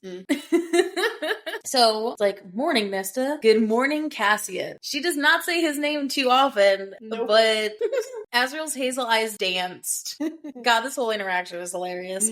I haven't seen you in a while. I think she likes Asriel because he does not butt in. Yeah. He's just there. He's there like a presence so that they're not alone together. I think she appreciates that, but then she also appreciates that he's not being controlling. He's not trying to make her do things or tell her how to live. And, I'm not saying I can have this problem that Moore does too, where I get really excited and talkative, but he's very quiet. And I think she likes how he'll engage. He doesn't he actually engages with her in an authentic way, but doesn't try to like talk her ear off about shit. I don't know. I mean, with the example being like Nesta speaks to him first and he just responds with one word. Like, I haven't seen you for a while. Likewise. How's training? I don't think he actually knew. Well, no, because he wasn't at the House of Wind at first though. No, he only heard the second. He only heard, so I don't think he actually knew. Although with Cassian looking at him sharply, I'm like, dude, let's not. Don't ask it. Well, but also I think it was validating for her though, for him to ask her. Because it also quelled her anxiety about Cassian just kind of going behind her back and talking shit about how she was failing. It's like if Asriel didn't know and Asriel knew everything, then... And they're close. Like, of course he would tell, he would tell him if he was frustrated. Right. But if Az is asking, then that must mean that he didn't go behind her back. Yeah, so I think it was more validating for her than for him. I hope you're not giving my brother a hard time. Is that a threat, Shadow Singer? I do not need to resort to threats. I love that in between this, Cassian took a long drink of his tea. Just draining it. Now let's exchange the tea with whiskey. I want to train with him instead. I really don't think you do. I feel like that would be a bad idea for you, Nesta. I can actually totally see what she's doing here. She's trying to rile Cassian up to make him a little jealous. I will say, despite how much I love Asriel, I would not want to train with him. I mean, I'd love to watch him train. I would love to watch him train, but actually training with him, I know he's gonna be a hard ass. Like, I know he's gonna push me, which might be good for me, but I of course would hate it. So that means as a potential person probably is not going to train, or because I'm assuming his person is going to some sort. Probably. They're gonna already be trained. So they're just gonna spar. He's not gonna have training. I don't think she really wants Asriel. I think she's just messing with it. Because it's also, again, this underlying thing that she wants to push Cassian away. I would rather train with literally anyone else. Yeah. The fact that she would maybe possibly train with, it's not true. No. She wouldn't train with him because she doesn't want to train at all. And Asriel is just playing into this. He's like, okay. Because he knows. Yeah. She could have sworn Cassian went still. Interesting. Is it also interesting that this is kind of switching role? They're switching roles here. I think Azrael actually is laughing about that. Mm-hmm. Because remember, Moore chose Cassian over Azrael. Mm-hmm. But now the woman that he's actually into is choosing Azrael over him. Right off the bat. I think it's payback. A little bit. I think Azrael definitely also sees them. Mm-hmm. With that pretty face, I have a hard time believing that. Azrael dumped his food. That is a JK moment if I could not even you just know that he's laughing at God, and he's just kind of like, he's gonna ignore the looks. He can probably smell Cassian. I'm gonna ignore the compliment for sure. I'm gonna ignore the compliment. I'm gonna duck my head away from this, and I'm also in this game gonna hide my smile from this. Oh my God, because he's totally laughing at us. Mm-hmm. But of course, Cassian does not back down from her. Obviously, he's like, "Oh, go ahead, train with Az if you want. You won't survive a fucking thing with him if you can't survive the stairs last night." Right. Immediately punches at her insecurity, which also shows he absolutely. He and Az were probably in their room or like just talking or whatever, and like they knew totally when she got up and started making her way. She's grunting and they can tell, but she does the thing that she did the next morning or the previous morning where she tries to slam the table and get up, but she doesn't really do it well. What a jab. Okay, this is where like the adult in me is kind of laughing. Yeah. He's like, doesn't count when your hands do all the work. She immediately goes, bet that isn't what you've been telling yourself.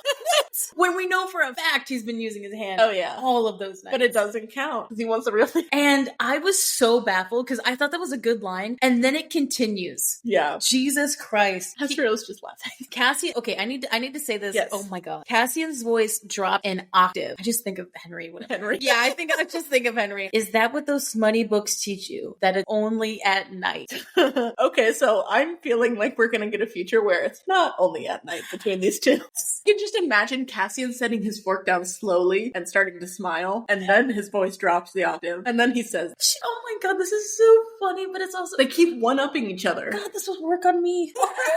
This is working. Clearly. It's so working. Because when I think I have the upper hand, and then you think it's only at night. Yeah. Because the thing is, remember, she still is very, it's like when somebody says, it's like the equivalent of saying, I have experience. Mm-hmm. And then it's just like, oh, I've slept with someone in a bed. And then somebody says, you think it only happens at the right. Like, it's when someone with more experience tops it, because it's like, you think that you know things. Mm-hmm. And then... yeah, of course, he has tons of experience. But also, it's kind of hinting at the idea that not only, of course, does sex not only happen just at night, but it's almost hinting that he also helps himself during the day. Oh yeah, he's totally not. Which, absolutely, he does. It could be any time. Dawn's first light, or when I'm bathing, or even after a long, hard...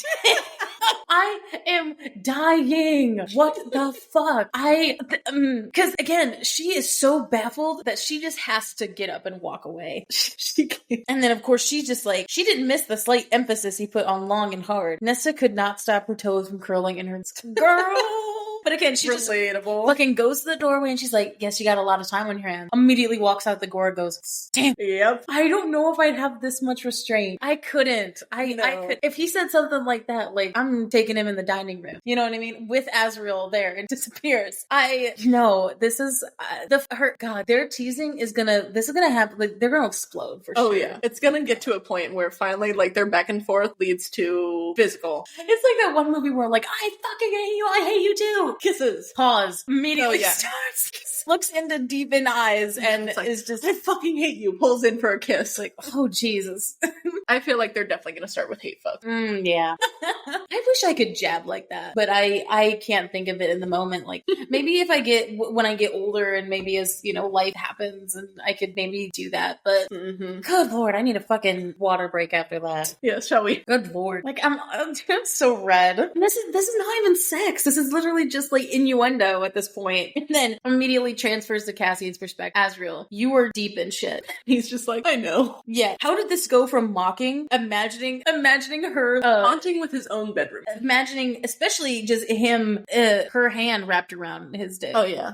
Sorry, it's the way he describes it. He's such an innocent boy that, like, he's not innocent, but it's sweet. He's like, he was a heartbeat away from exploding out of his chair and leaping into the skies. And also, Az can tell the shift in his scent. Like, he knows he's into it. Right. The way she said his name. Is this the first time we've actually gotten the word cock? I think so, yeah, because this is where the adult, quote unquote, comes into play. It's not just member or length. Hidden Warrior's like, yeah, no, it's not just, it's literally just straight up press. But also, that's Cassian. That's true. He's said that before. That's true. He just fucking goes off and he's like, the thought of her hand around, oh, damn it. Just the way he liked it. Okay. And here we go. The iconic, I've been waiting 5 seasons to talk about this. You need a chaperone up here? Yes. Azrael is the chaperone of the fact that Reese put him incognito to be their chaperone up here is hilarious. Yep. I'm not entirely sure I'm enough. Yeah, because what is he supposed to do? Just like, if they're in the middle of sex, like just come up and knock on the door and be, yo, I don't think you're supposed to be doing this. Like, hey, you have training in an hour. Like, what is his job? I'm dead. He's not going to do a good job. But it's the thought that counts, I guess. So they're back up at the Windhaven camp again. Yeah. Again, she's not doing anything. The sparring cooled him down, so like this time he like was cooled down from the whole Nesta encounter. Yeah. You would stop being so cold if you got up and moved. But then she just keep reaching out your hand. Amren's words come back to him every time. And so he finishes an hour later and, you know, she's fucking sitting there freezing, but she's trying not to act like she's cold. Yeah. And so he tells her to go up into Reese's house or Reese's mother's house. It's always going to be Reese's mom's house. It's not going to be. So this is Nesta's first time being in that house. I was just, it's like Cassian's first bedroom is in there. And, you know, he loves it in there. Because there's so many memories. They're talking about like their drunken parties and how Azrael relentlessly hiccups when he's really drunk. Which is so adorable. Like, I know I've sent like things about that board to you, but can you imagine like just like, I don't know, 15-year-old the boys, bat boys, like trying to hide the fact that they're drunk from Reese's mother, and the reason that they get found out is because Az can't stop hiccuping. That's just adorable. Like, damn it. Somehow that makes me want to fuck more. Like, I know it's supposed to be a cute thing. Yeah, but it's also like, oh, you are adorable and I want to eat you. Okay, we're just feral little gremlins, okay? Like, I mean, you guys should know this by this point, but also, who else isn't that breeds these? Right. And we're single, we're virgins, and it's just like, yeah, we're I like that. We're just gonna be feral gremlins. Yeah, that's gonna be our slogan now, like, especially during this book, so just bear in mind. Keep in mind, there's gonna be a lot of, like, laughter and red faces, and we're doing the people's work, okay? Like, we're just saying what everybody's already thinking, but that people are not equipped enough, or how do I say, they do not want to embarrass themselves on a podcast. So we will do that for you. That makes Azrael more fuckable, I guess. So this is the first time talks about how the flickering lights dancing in her beautiful hair. Doll. Nesta stared at the fire as if it murmured to that burning soul of hers. This is the first time Cassian is finally noticing how she acts in front of a fire. Because again, we know from Frost and Starlight that it seems like she hears that and thinks of her dad's fucking neck snapping. But I think what gets me is that it's like she zones out and she's reliving some like dread. Whether or not it was her dad or whether or not it's just something, he notices it. And I think this is where it's kind of turning to that level of empathy where he's finally seeing a moment of, which is why I think more can't understand this. Which I'm not saying makes more valid or, okay, it is a whole fucked up. But Nesta does not show weakness. And so versus Feyre very much showed like, you know, she was very vocal about it. And it was easy because Reese could read her mind. Like, this is not easy. Nobody can read Nesta's mind. Like, she does not have a person who is her romantic partner that can just sense shit. He's just going off of with no power whatsoever. And honestly, he does a really good job without having powers to realize what's going on. Which it helps that he recognizes the expressions and actions. He's like, oh, I felt for that's trauma right there. I know what that is. Right. And he says, there are some shops in the village. If you don't feel like sitting in here, go visit. Which he gave her a choice. Yeah, he said, you can either sit in here or you can go wander. And you know what I thought? Immediately, because I've read Frost and Starlight so so much at this point. She is going to fucking meet Emery. She's going to wind up in that shop, and she's going to meet her finally. Specifically because we haven't really seen any other shops except for Emery. Yeah, on that one strip. And it seemed, I was so excited. Again, unfortunately, that is where we were ending for the session. Yeah. But I was like, immediately heard that and was like, yep, she's going to see her. I was like, yay! I hope this goes. I hope this isn't a thing where Emery hates her at first. Yeah. I hope that they bond and it's not like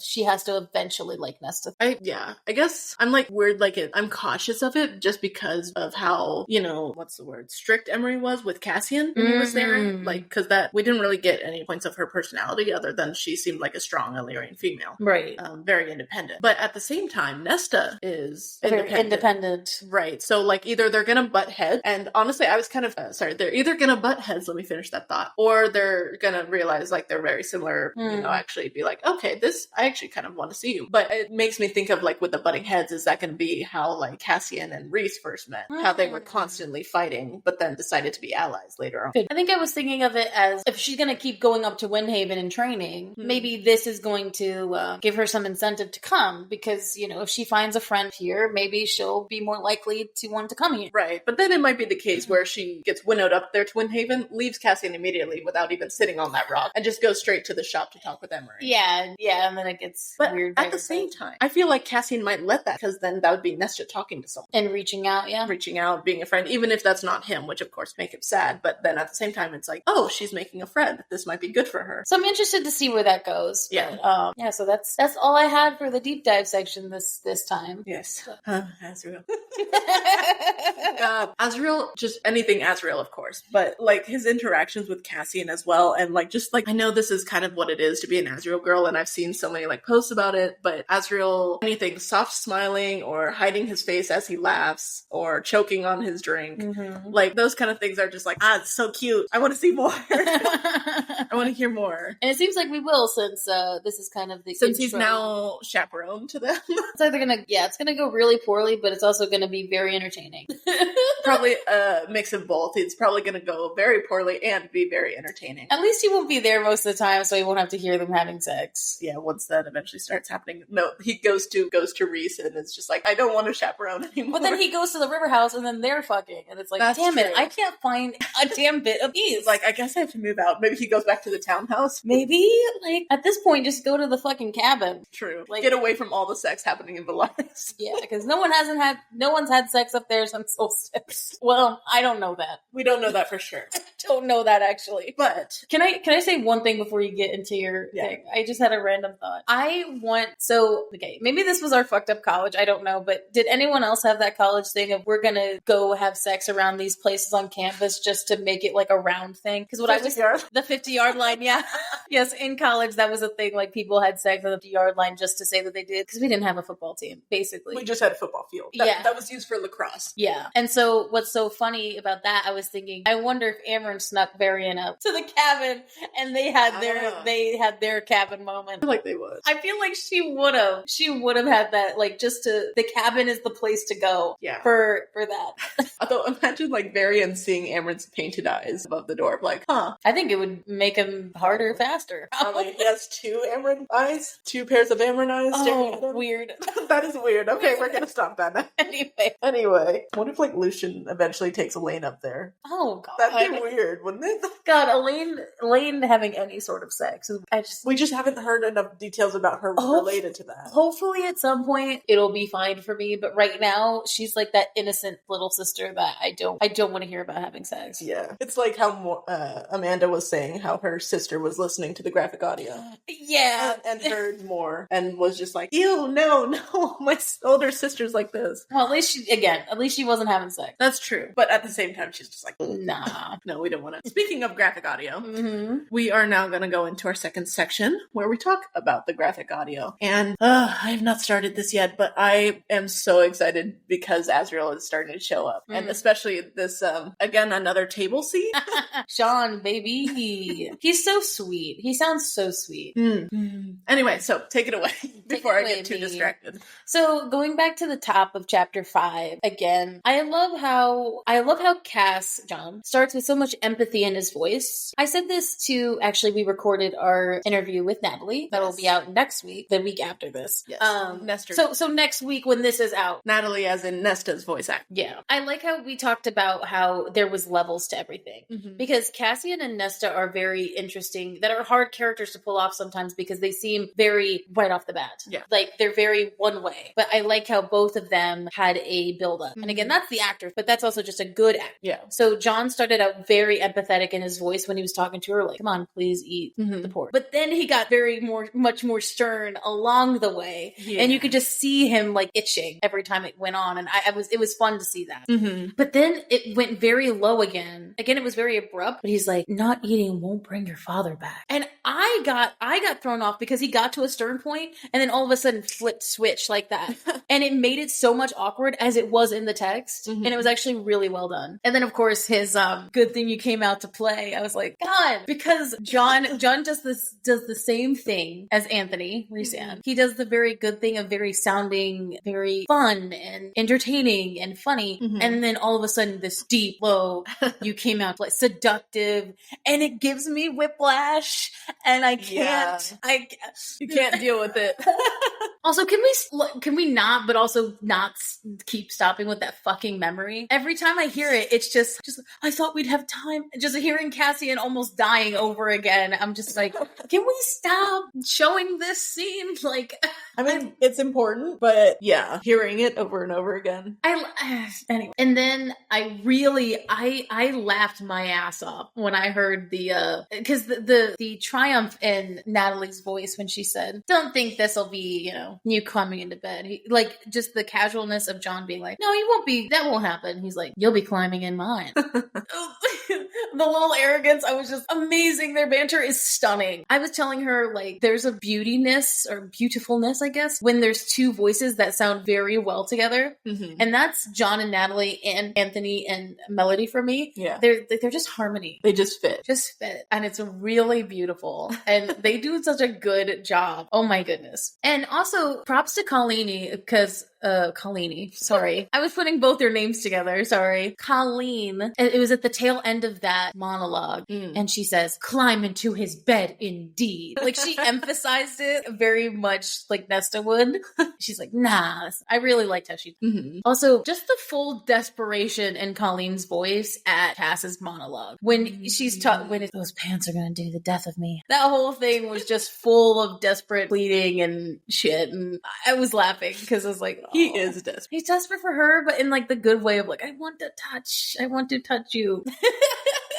Yeah. I want to be near you. Need to be near. I just had for anybody who's again this is just a very subtle side note for any Fourth Wing people. Devlin is actually one of the characters in Fourth Wing. So the voice of the dead brother, like the ones at the beginning where they'll come in every now and then. Brennan's voice. Dead brother. He's dead at the beginning. It's not a spoiler, sorry. Okay. I'm like, I haven't read this one. Or are you talking about? No. Brennan's dead at the beginning of the series. Like that's so it's sorry. He keeps bringing up like the Book of Brennan. So anyway, for the Fourth Wing people, you know. But I couldn't place Devlin when I was listening to this graphic audio first. But since I have 32 graphic audios in my fucking library, it's insane. They're starting to overlap. And I heard his voice right away, and I was like, oh, yep, that's what. And he's so good at playing. He's such a dick. As Devlin though, because as Brennan, he's very much like the reminiscent, like it's very, because it's all memory, right? Because like he's saying everything in memory, right, not like in real life. So he sounds very sweet. As it was such like a very subtle, it was like a big shift. Yeah. So I was like, bury the weapons. What an asshole. Like what? I don't like Brennan anymore. I don't like Brennan's voice anymore. No, but it was just a subtle for people who like. Also, Hala to Onyx Storm. Haven't read it yet. Please, no spoilers. the comments. Not that we get too many comments, but Yeah. just save for everybody else. Then we get into chapter 6. I love when Colleen monologues about how Cassian's moving. Mm-hmm. Like she's like, she elongates stuff and it almost feels like a dance when she describes how he moves. It's like she's moving this way and it's so like graceful and so beautiful, but at the same time, I could just imagine Nesta sitting there in like in a ball and just kind of like looking out of the corner of her eye. Because she's also probably, it's like, it's bad. I'm not supposed to be looking, but I'm doing it anyway. It's subtle. Such a delinquent. I'm watching this guy and he's not even half naked. Not yet. Oh my God. No, not that yet. No. Also, the tension between Amanda and Nesta is fucking palpable. Yeah, I know. Because especially hearing Amanda's voice and then Natalie's, they contrast so much. Yeah. Nesta's so hard and then Amanda's so light. Right. But then at the same time, I'm guessing, well, because I know the tech, you know, Moore's words are so harsh and said in such a light way. Yeah, she's just like, I knew so many people like you. If anything, I liked how Amanda put it because she sounded very pretentious when she said it. Well, she is the only pureblood of them. She's like, I knew so many people like you. And it was, it kind of made me eye roll a little bit. And I was like, I roll and cringe of like, especially with the hand over her stomach. Like, yeah, we get it. She has a trauma that is completely valid. Mm-hmm. Hand over her stomach of like, I am above all that now. Nesta never did anything like that. Like, again, yes, she's been kind of bitchy in terms of talk, but she's never physically hurt anybody. Yeah. And if anything, she's physically hurt like the King of Hybern. Yeah, she shredded his head, but who out of all of you wouldn't have done the same fucking thing? She hurts with her words, not physically. At least not yet. I also loved the library music. I don't know if I'm kind of spacing on if it was like I think it's different than how the library music was before. Mm-hmm. It's very much, it's tense because it's Nesta, because she's remembering how it was before. Yeah. But it's also mysterious in a good way. Like that's the only way I can describe it. And I also really liked the trigger. Nesta's looking at Clotho's hands and then all of a sudden you just kind of hear water out of the background and you just hear like something's getting dunked in there. Yeah. And like, again, she's monologuing how she's getting thrown into the cauldron, but all you hear is just male grunts. As they're struggling to push her in. Yeah. And I was like, ooh, that like hearing in the background while she's looking at Clotho, it just felt very, again, movie-like. Yeah. I could just imagine her kind of visually spasming seeing it. Yeah. Ooh, and the music at the worthlessness bit, God, some depressing, sad-ass music, but that also was a little bit good in a way of like she's actually acknowledging it and saying it. Whether or not she's saying it in her mind or saying it out loud. Right. She is acknowledging it. How she feels about herself. Damn. That's progress, I guess. That was really good. I thought that was good sound design. Since we found out from Natalie that one of her friend did oh my God, we'll have to put it in the description. Yeah. She did the Under the Mountain music, which I thought was, oh God, it was like good. So this artist this friend of Natalie's, her name is Kelsey Woods, and she makes a lot of different musics for different moments. Like, for example, she made music for Under the Mountain. She specifically made music for when Feyre is in her cell and hears music sent to her. You know, chapter 54, music to go with that. You know, so it's a lot of really skilled things. We sat and listened to them for a while, and it was very nice. Yeah. So we'll definitely put a link to that there. So I also, as we're going into chapter 7, also I love when more than a few actors are in the same scene. I'm just like, yay. I also loved the transition. I don't know what it was about this transition music, but so because we do a lot of transitioning to POVs in this book, there's a sound. Yeah. It's not winnowing, but it's kind of like, okay, now we're in Cassian, like we're transitioning to somebody else, the other person. It's literally like a screen slide. Which is funny because when we talked to your mom last season, it's like, okay, if you listen to this graphic audio, you wouldn't even need the physical copy. Like this one does a good job of showing you audibly where it's going. And even changing maybe the music of the moment. Okay, you're at a different location. I loved the Nora Amron line of keep reaching out your hand. She said it in that, she has such a motherly tone. Yeah, that was a good impression. Oh, thank you. I actually do a good Amron. Yeah. No, that actually made me think of Amron immediately. That was actually really good. I'm proud of you for that one. Thank you. I do give some good impression. I think I do Nesta and Amron. Which are the two characters we've always said you are. Yeah. You're a mix of Amron and Nesta. So I liked that callback because it also, there was a echo around it because it was a memory. Also, I think I was thrown off by it a little bit when I read it the first time because I didn't really know what was happening. But as soon as I thought about it, I was like, oh. So the place is empty, right? When they talk about how empty this place is, there is a bunch bunch of echo on Cass and Lucian's voices as they walk in to the house. Like, it is so much. Like, they could be in a room with legit nothing in it. It sounds that reverby. And at first I was thrown off because I was like, they're in it. But it's because this place is made of stone or whatever. Yeah. And that can get really echoey. It was like bad echo to the point where I'm like, dude, this seems like we're going into a fucking dungeon. It probably had high ceilings as well. Yeah, so it was kind of cool because when I thought about it, it kind of tonally made sense. Yeah. But then I was like, Gabriel, hello. He's back. Hi, Lucian. God, Lucian. Hearing him as Xaden and doing my Iron Flame reread whilst also trying to listen to him as Lucian is like two completely different things. Two different characters. Oh, yeah, for sure. I love the moment where Cassian is talking about think like Reese, because Colleen monologues it as like, what would Reese and Ward, what would Reese and Ward? Like, she's actually thinking about it like probably Cassian is thinking in his mind. Yeah. She does such a good job. She really does transition between Cassian's POV and Nesta's POV so good. Embodies the characters. I just love my notes. I'm like, God, Jurian. Yeah. Again, we need to find who his voice actor is. Yeah. But as soon as I heard him, I was like, you're up for consideration. Again, John and Anthony are probably my tops, of course. But I don't know what it was. It was just, he sounds so fuckboy-y. There's not really like a way. He sounds more fuckboy-y than the bad boys. Like, he sounds like a typical, I don't care, I'm leaning back and, Yeah. Which would make sense. It seems his character was very charming back in the 500 War. And also, he was a fuckboy around then. Yeah. So, dude, he had enough game to get a fucking Fae, like one of the most powerful Fae. An enemy Fae. Dude, I'm not getting over that. How the fuck did he swing her? Yeah. There has to be more story to that. He must be backing. There is no fucking way that especially after one time, like, continued to go back and be his love. That Clithia or he can eat really well. True. Could be that too. Maybe it has nothing to do with that. I'm just saying. He has skills with his hands and mouth. He has like some other fucking skills because there's no way he got a Fae. That is crazy. And continued to bring her back. A Fae general of sorts. Because she was enemy also of teens. so fucking insane. Enemy side. No one ever talks about that. And I'm the only one that I've ever heard of talks about that. That is insane. I'm still baffled. But anyway, I loved the music before Era starts talking. It was this very sneaky snake. I'm a snake. Violin, high notes, treacherous nature. I'm about to cross this, bridge sort of level. Like, I'm not gonna. We're walking a dangerous line here. I loved it. Because it was also Eris. It totally just felt like Eris. Eris and Jurian are hot for some reason. Eris is, I feel bad because Eris, in all the other graphic audios I've listened to, he's always put as like the assaulty guy who's being creepy, which I give him a bad rap. I think Eris isn't assaulty. I think he's just kind of an asshole. Yeah. He's an asshole. He's a prick. He was raised to be a prick. But also we like pricks, so. Yes. I mean, after all, Reese and Cassian have both admitted that they're pricks. And I'm fine with them. So Eris is growing on me, but also I think it's because the actors do. The actors are also growing on me as well. I think that voice. Sorry, Eris's voice. Yes, not the total respect. Not the actual actor himself. You're probably all in very healthy relationships. But if you are single, reach out to her.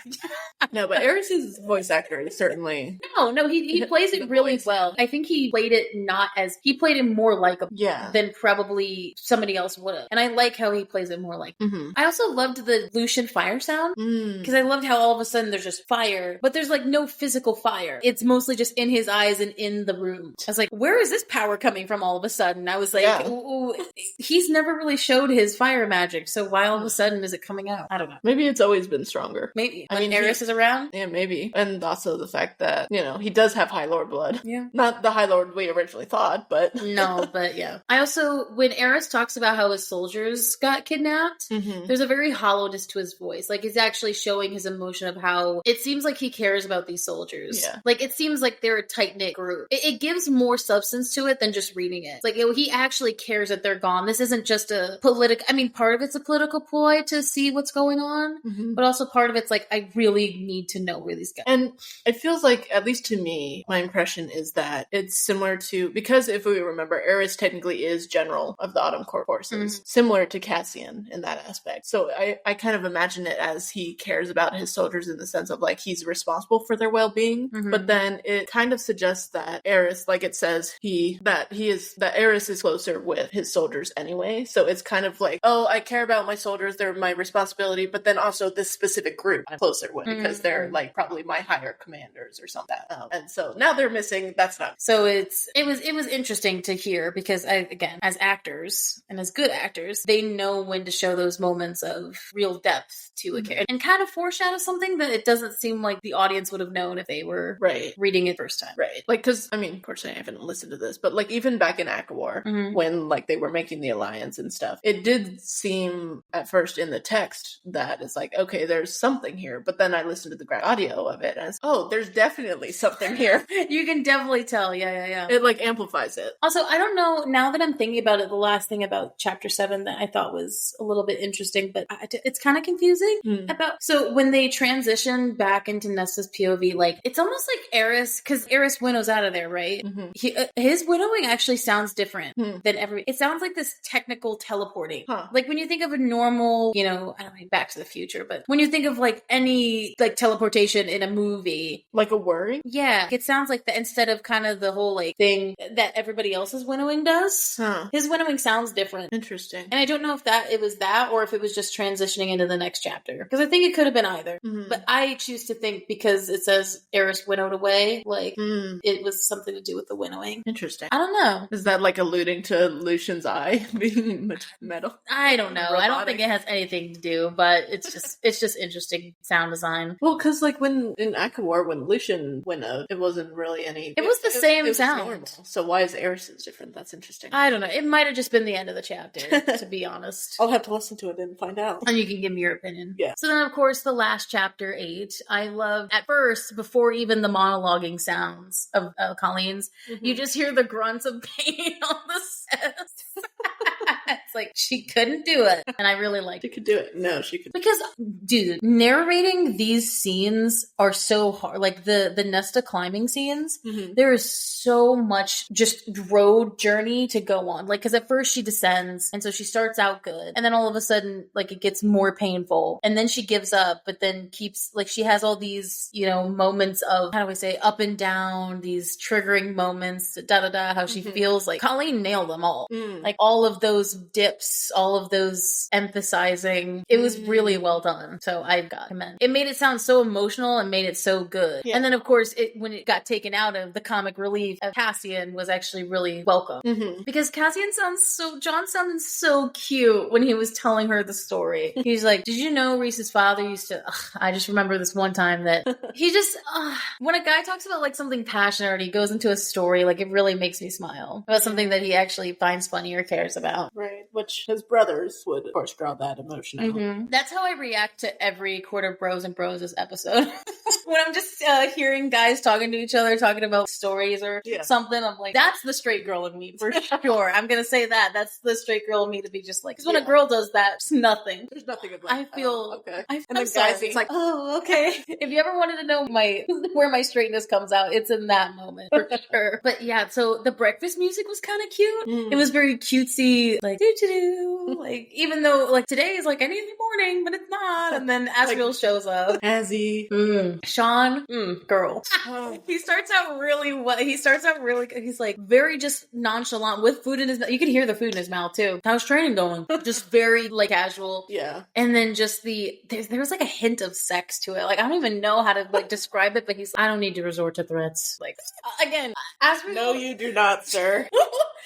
There was no deep voice. It's not like he deepened his voice or anything. It was literally just him. It's like, I don't need to resort to threats. He's so confident. Why does that emulate sex and the other ones didn't? Like, I don't understand. I feel like that for me would be a sign of he's just confident in his abilities for that. Like he's like, yeah, I don't need to lower my voice to get you to feel things. Like I can just make you feel things like I haven't listened to the scene though, so maybe my opinion will change. Because then I fucking freaked. Holy F. I bet. So I'm doing the kawaii thing, by the way. When I get really upset, I'm excited. Yeah. So the John, oh my, he went. He was just like, I could just imagine him leaning into the mic. You think it only happens at night? Like, I'm just sitting there like curled up in myself. I don't know if you were watching me while I was, I think you were in the room while I was reading it, but I don't remember if you saw it. So. But I was like, I heard a lot of chair creaking where I was just like leaning in back. I just kept moving. Yeah. Because I can't sit still when something like that happens. Certainly not with John. So, oh my God. He went in, he was like, on a long, hard day. And I'm like, okay. It was in the stage, sorry, not the stage direction, I'm sorry. It was in the text that he emphasizes it, but then hearing it, I wasn't ready. It was more emphasized than you thought. Reading it is one thing, and knowing what the implication is one thing. Yeah. Hearing it? Oh, this is gonna be hard. Talking to him is gonna be hard. I mean, talking to Anthony was hard, but good Lord. Cass is your boy.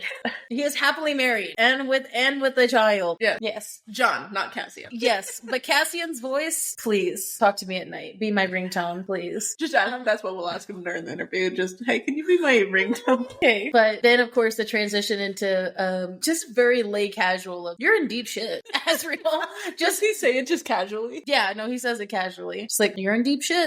You're gonna love Sean's performance for sure. I'm excited. I also liked the transition into the music at the Illyrian camp. Again, it showed like the between the music of the fun of the scene to then the harshness of the camp. I liked the transition because again, they had like at least a tentative truce moment in like they were playing with each other and it was fun and you know Azriel was there and whatever, it felt good, and then all of a sudden they're in this place again and it's not great. And I love just the end of the chapter. I love the changes where like because at first Cassian's mad because she's not training again and he's really rough with her like in his voice. Fine, get up, come on, let's go. Like, you know, go into here, whatever, to be warm. Yeah. And then as soon as he sees what's triggering her, he immediately turns into soft boy again. And I love his soft moments. Cute. It's just, he's just, you know, maybe you should go into the Illyrian. Like, he's not babying her, but, you know, you could always go into the village. There's some shops there.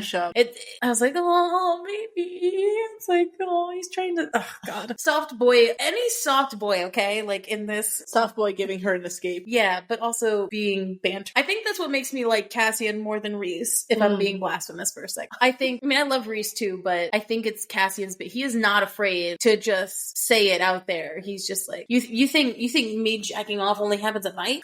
I'm doing it right now. That's like the level of banter he can have. Yeah. Versus Rhys is very more classical and it's more subtle about his innuendo. Yeah. But then when he turns up and he's just like, yo, you want to fuck? Then that like takes me off guard because I'm like, whoa, wait, what? But it also seems that Rhys likes his privacy at least. Versus Kaz will have it out in the open, which I'm fine with. I guess I'm that way because I'm that way. Because like if somebody randomly asks me a question about, again, there are limits. No random stranger is going to come up and ask me about my love. But like sometimes what happens with my coworkers, I won't walk from because unless it's like something stupid. Like if someone asks me, I don't know, about like, if someone asks me about like date or you know how many I've been on or like I'm not going to balk from those easy answers because to me it's not really, again, they might be prying, but what is my information? You know, I'm not giving away too much because to me that's not safe. Now, if they went in about like, okay, so what happened with you and this guy? Like, okay, that's a little bit more like we have to know each other a little bit to talk about. But no, sexual innuendo is on the table for even strangers. You know? Yeah. Like, so I digress. But that was the end of like my fave sections for this. So yes, it's a little bit shorter than normal, but is there anything you wanted to say before I go on? Azriel. Cassian.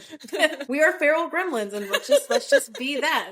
That's gonna be our thing. I will say that I am worried about my sanity and that I will give a warning to our listeners that there will probably be some serious times of self-exposure. I mean, apologies thus far. We've exposed Tabitha a lot throughout these books and throughout the podcast thus far, and to my parents' dismay, I'm for sure they weren't surprised. But I think definitely getting into Silver Flame, where we're seeing more of Azriel, just fair warning. I am a feral gremlin. Yeah, so it's fine. We're good. I just put the warning out there. Now I'm good. Our audience likes it. So, but yeah, so thank you so much for watching. We really appreciate it. Our next episode will be our first mini episode with Natalie. Nesta Archron. We had such a good time. We dove into theories, but if you haven't finished the end of Silver Flame, time. Like I cut halfway through and give a spoiler warning and all that. So you can watch the first episode to talk about her acting journey and so far. And then afterward, we get into a lot of theories. So that should be really the amount of theories that she had is actually incredible. Like it made us think of new things that we had thought of before. Yeah. And she is a wonderful person. She's a musician. She's a writer. Got everything that we were putting down. So she also came at us like with from a writer's point of view as well. And we're like, oh shit.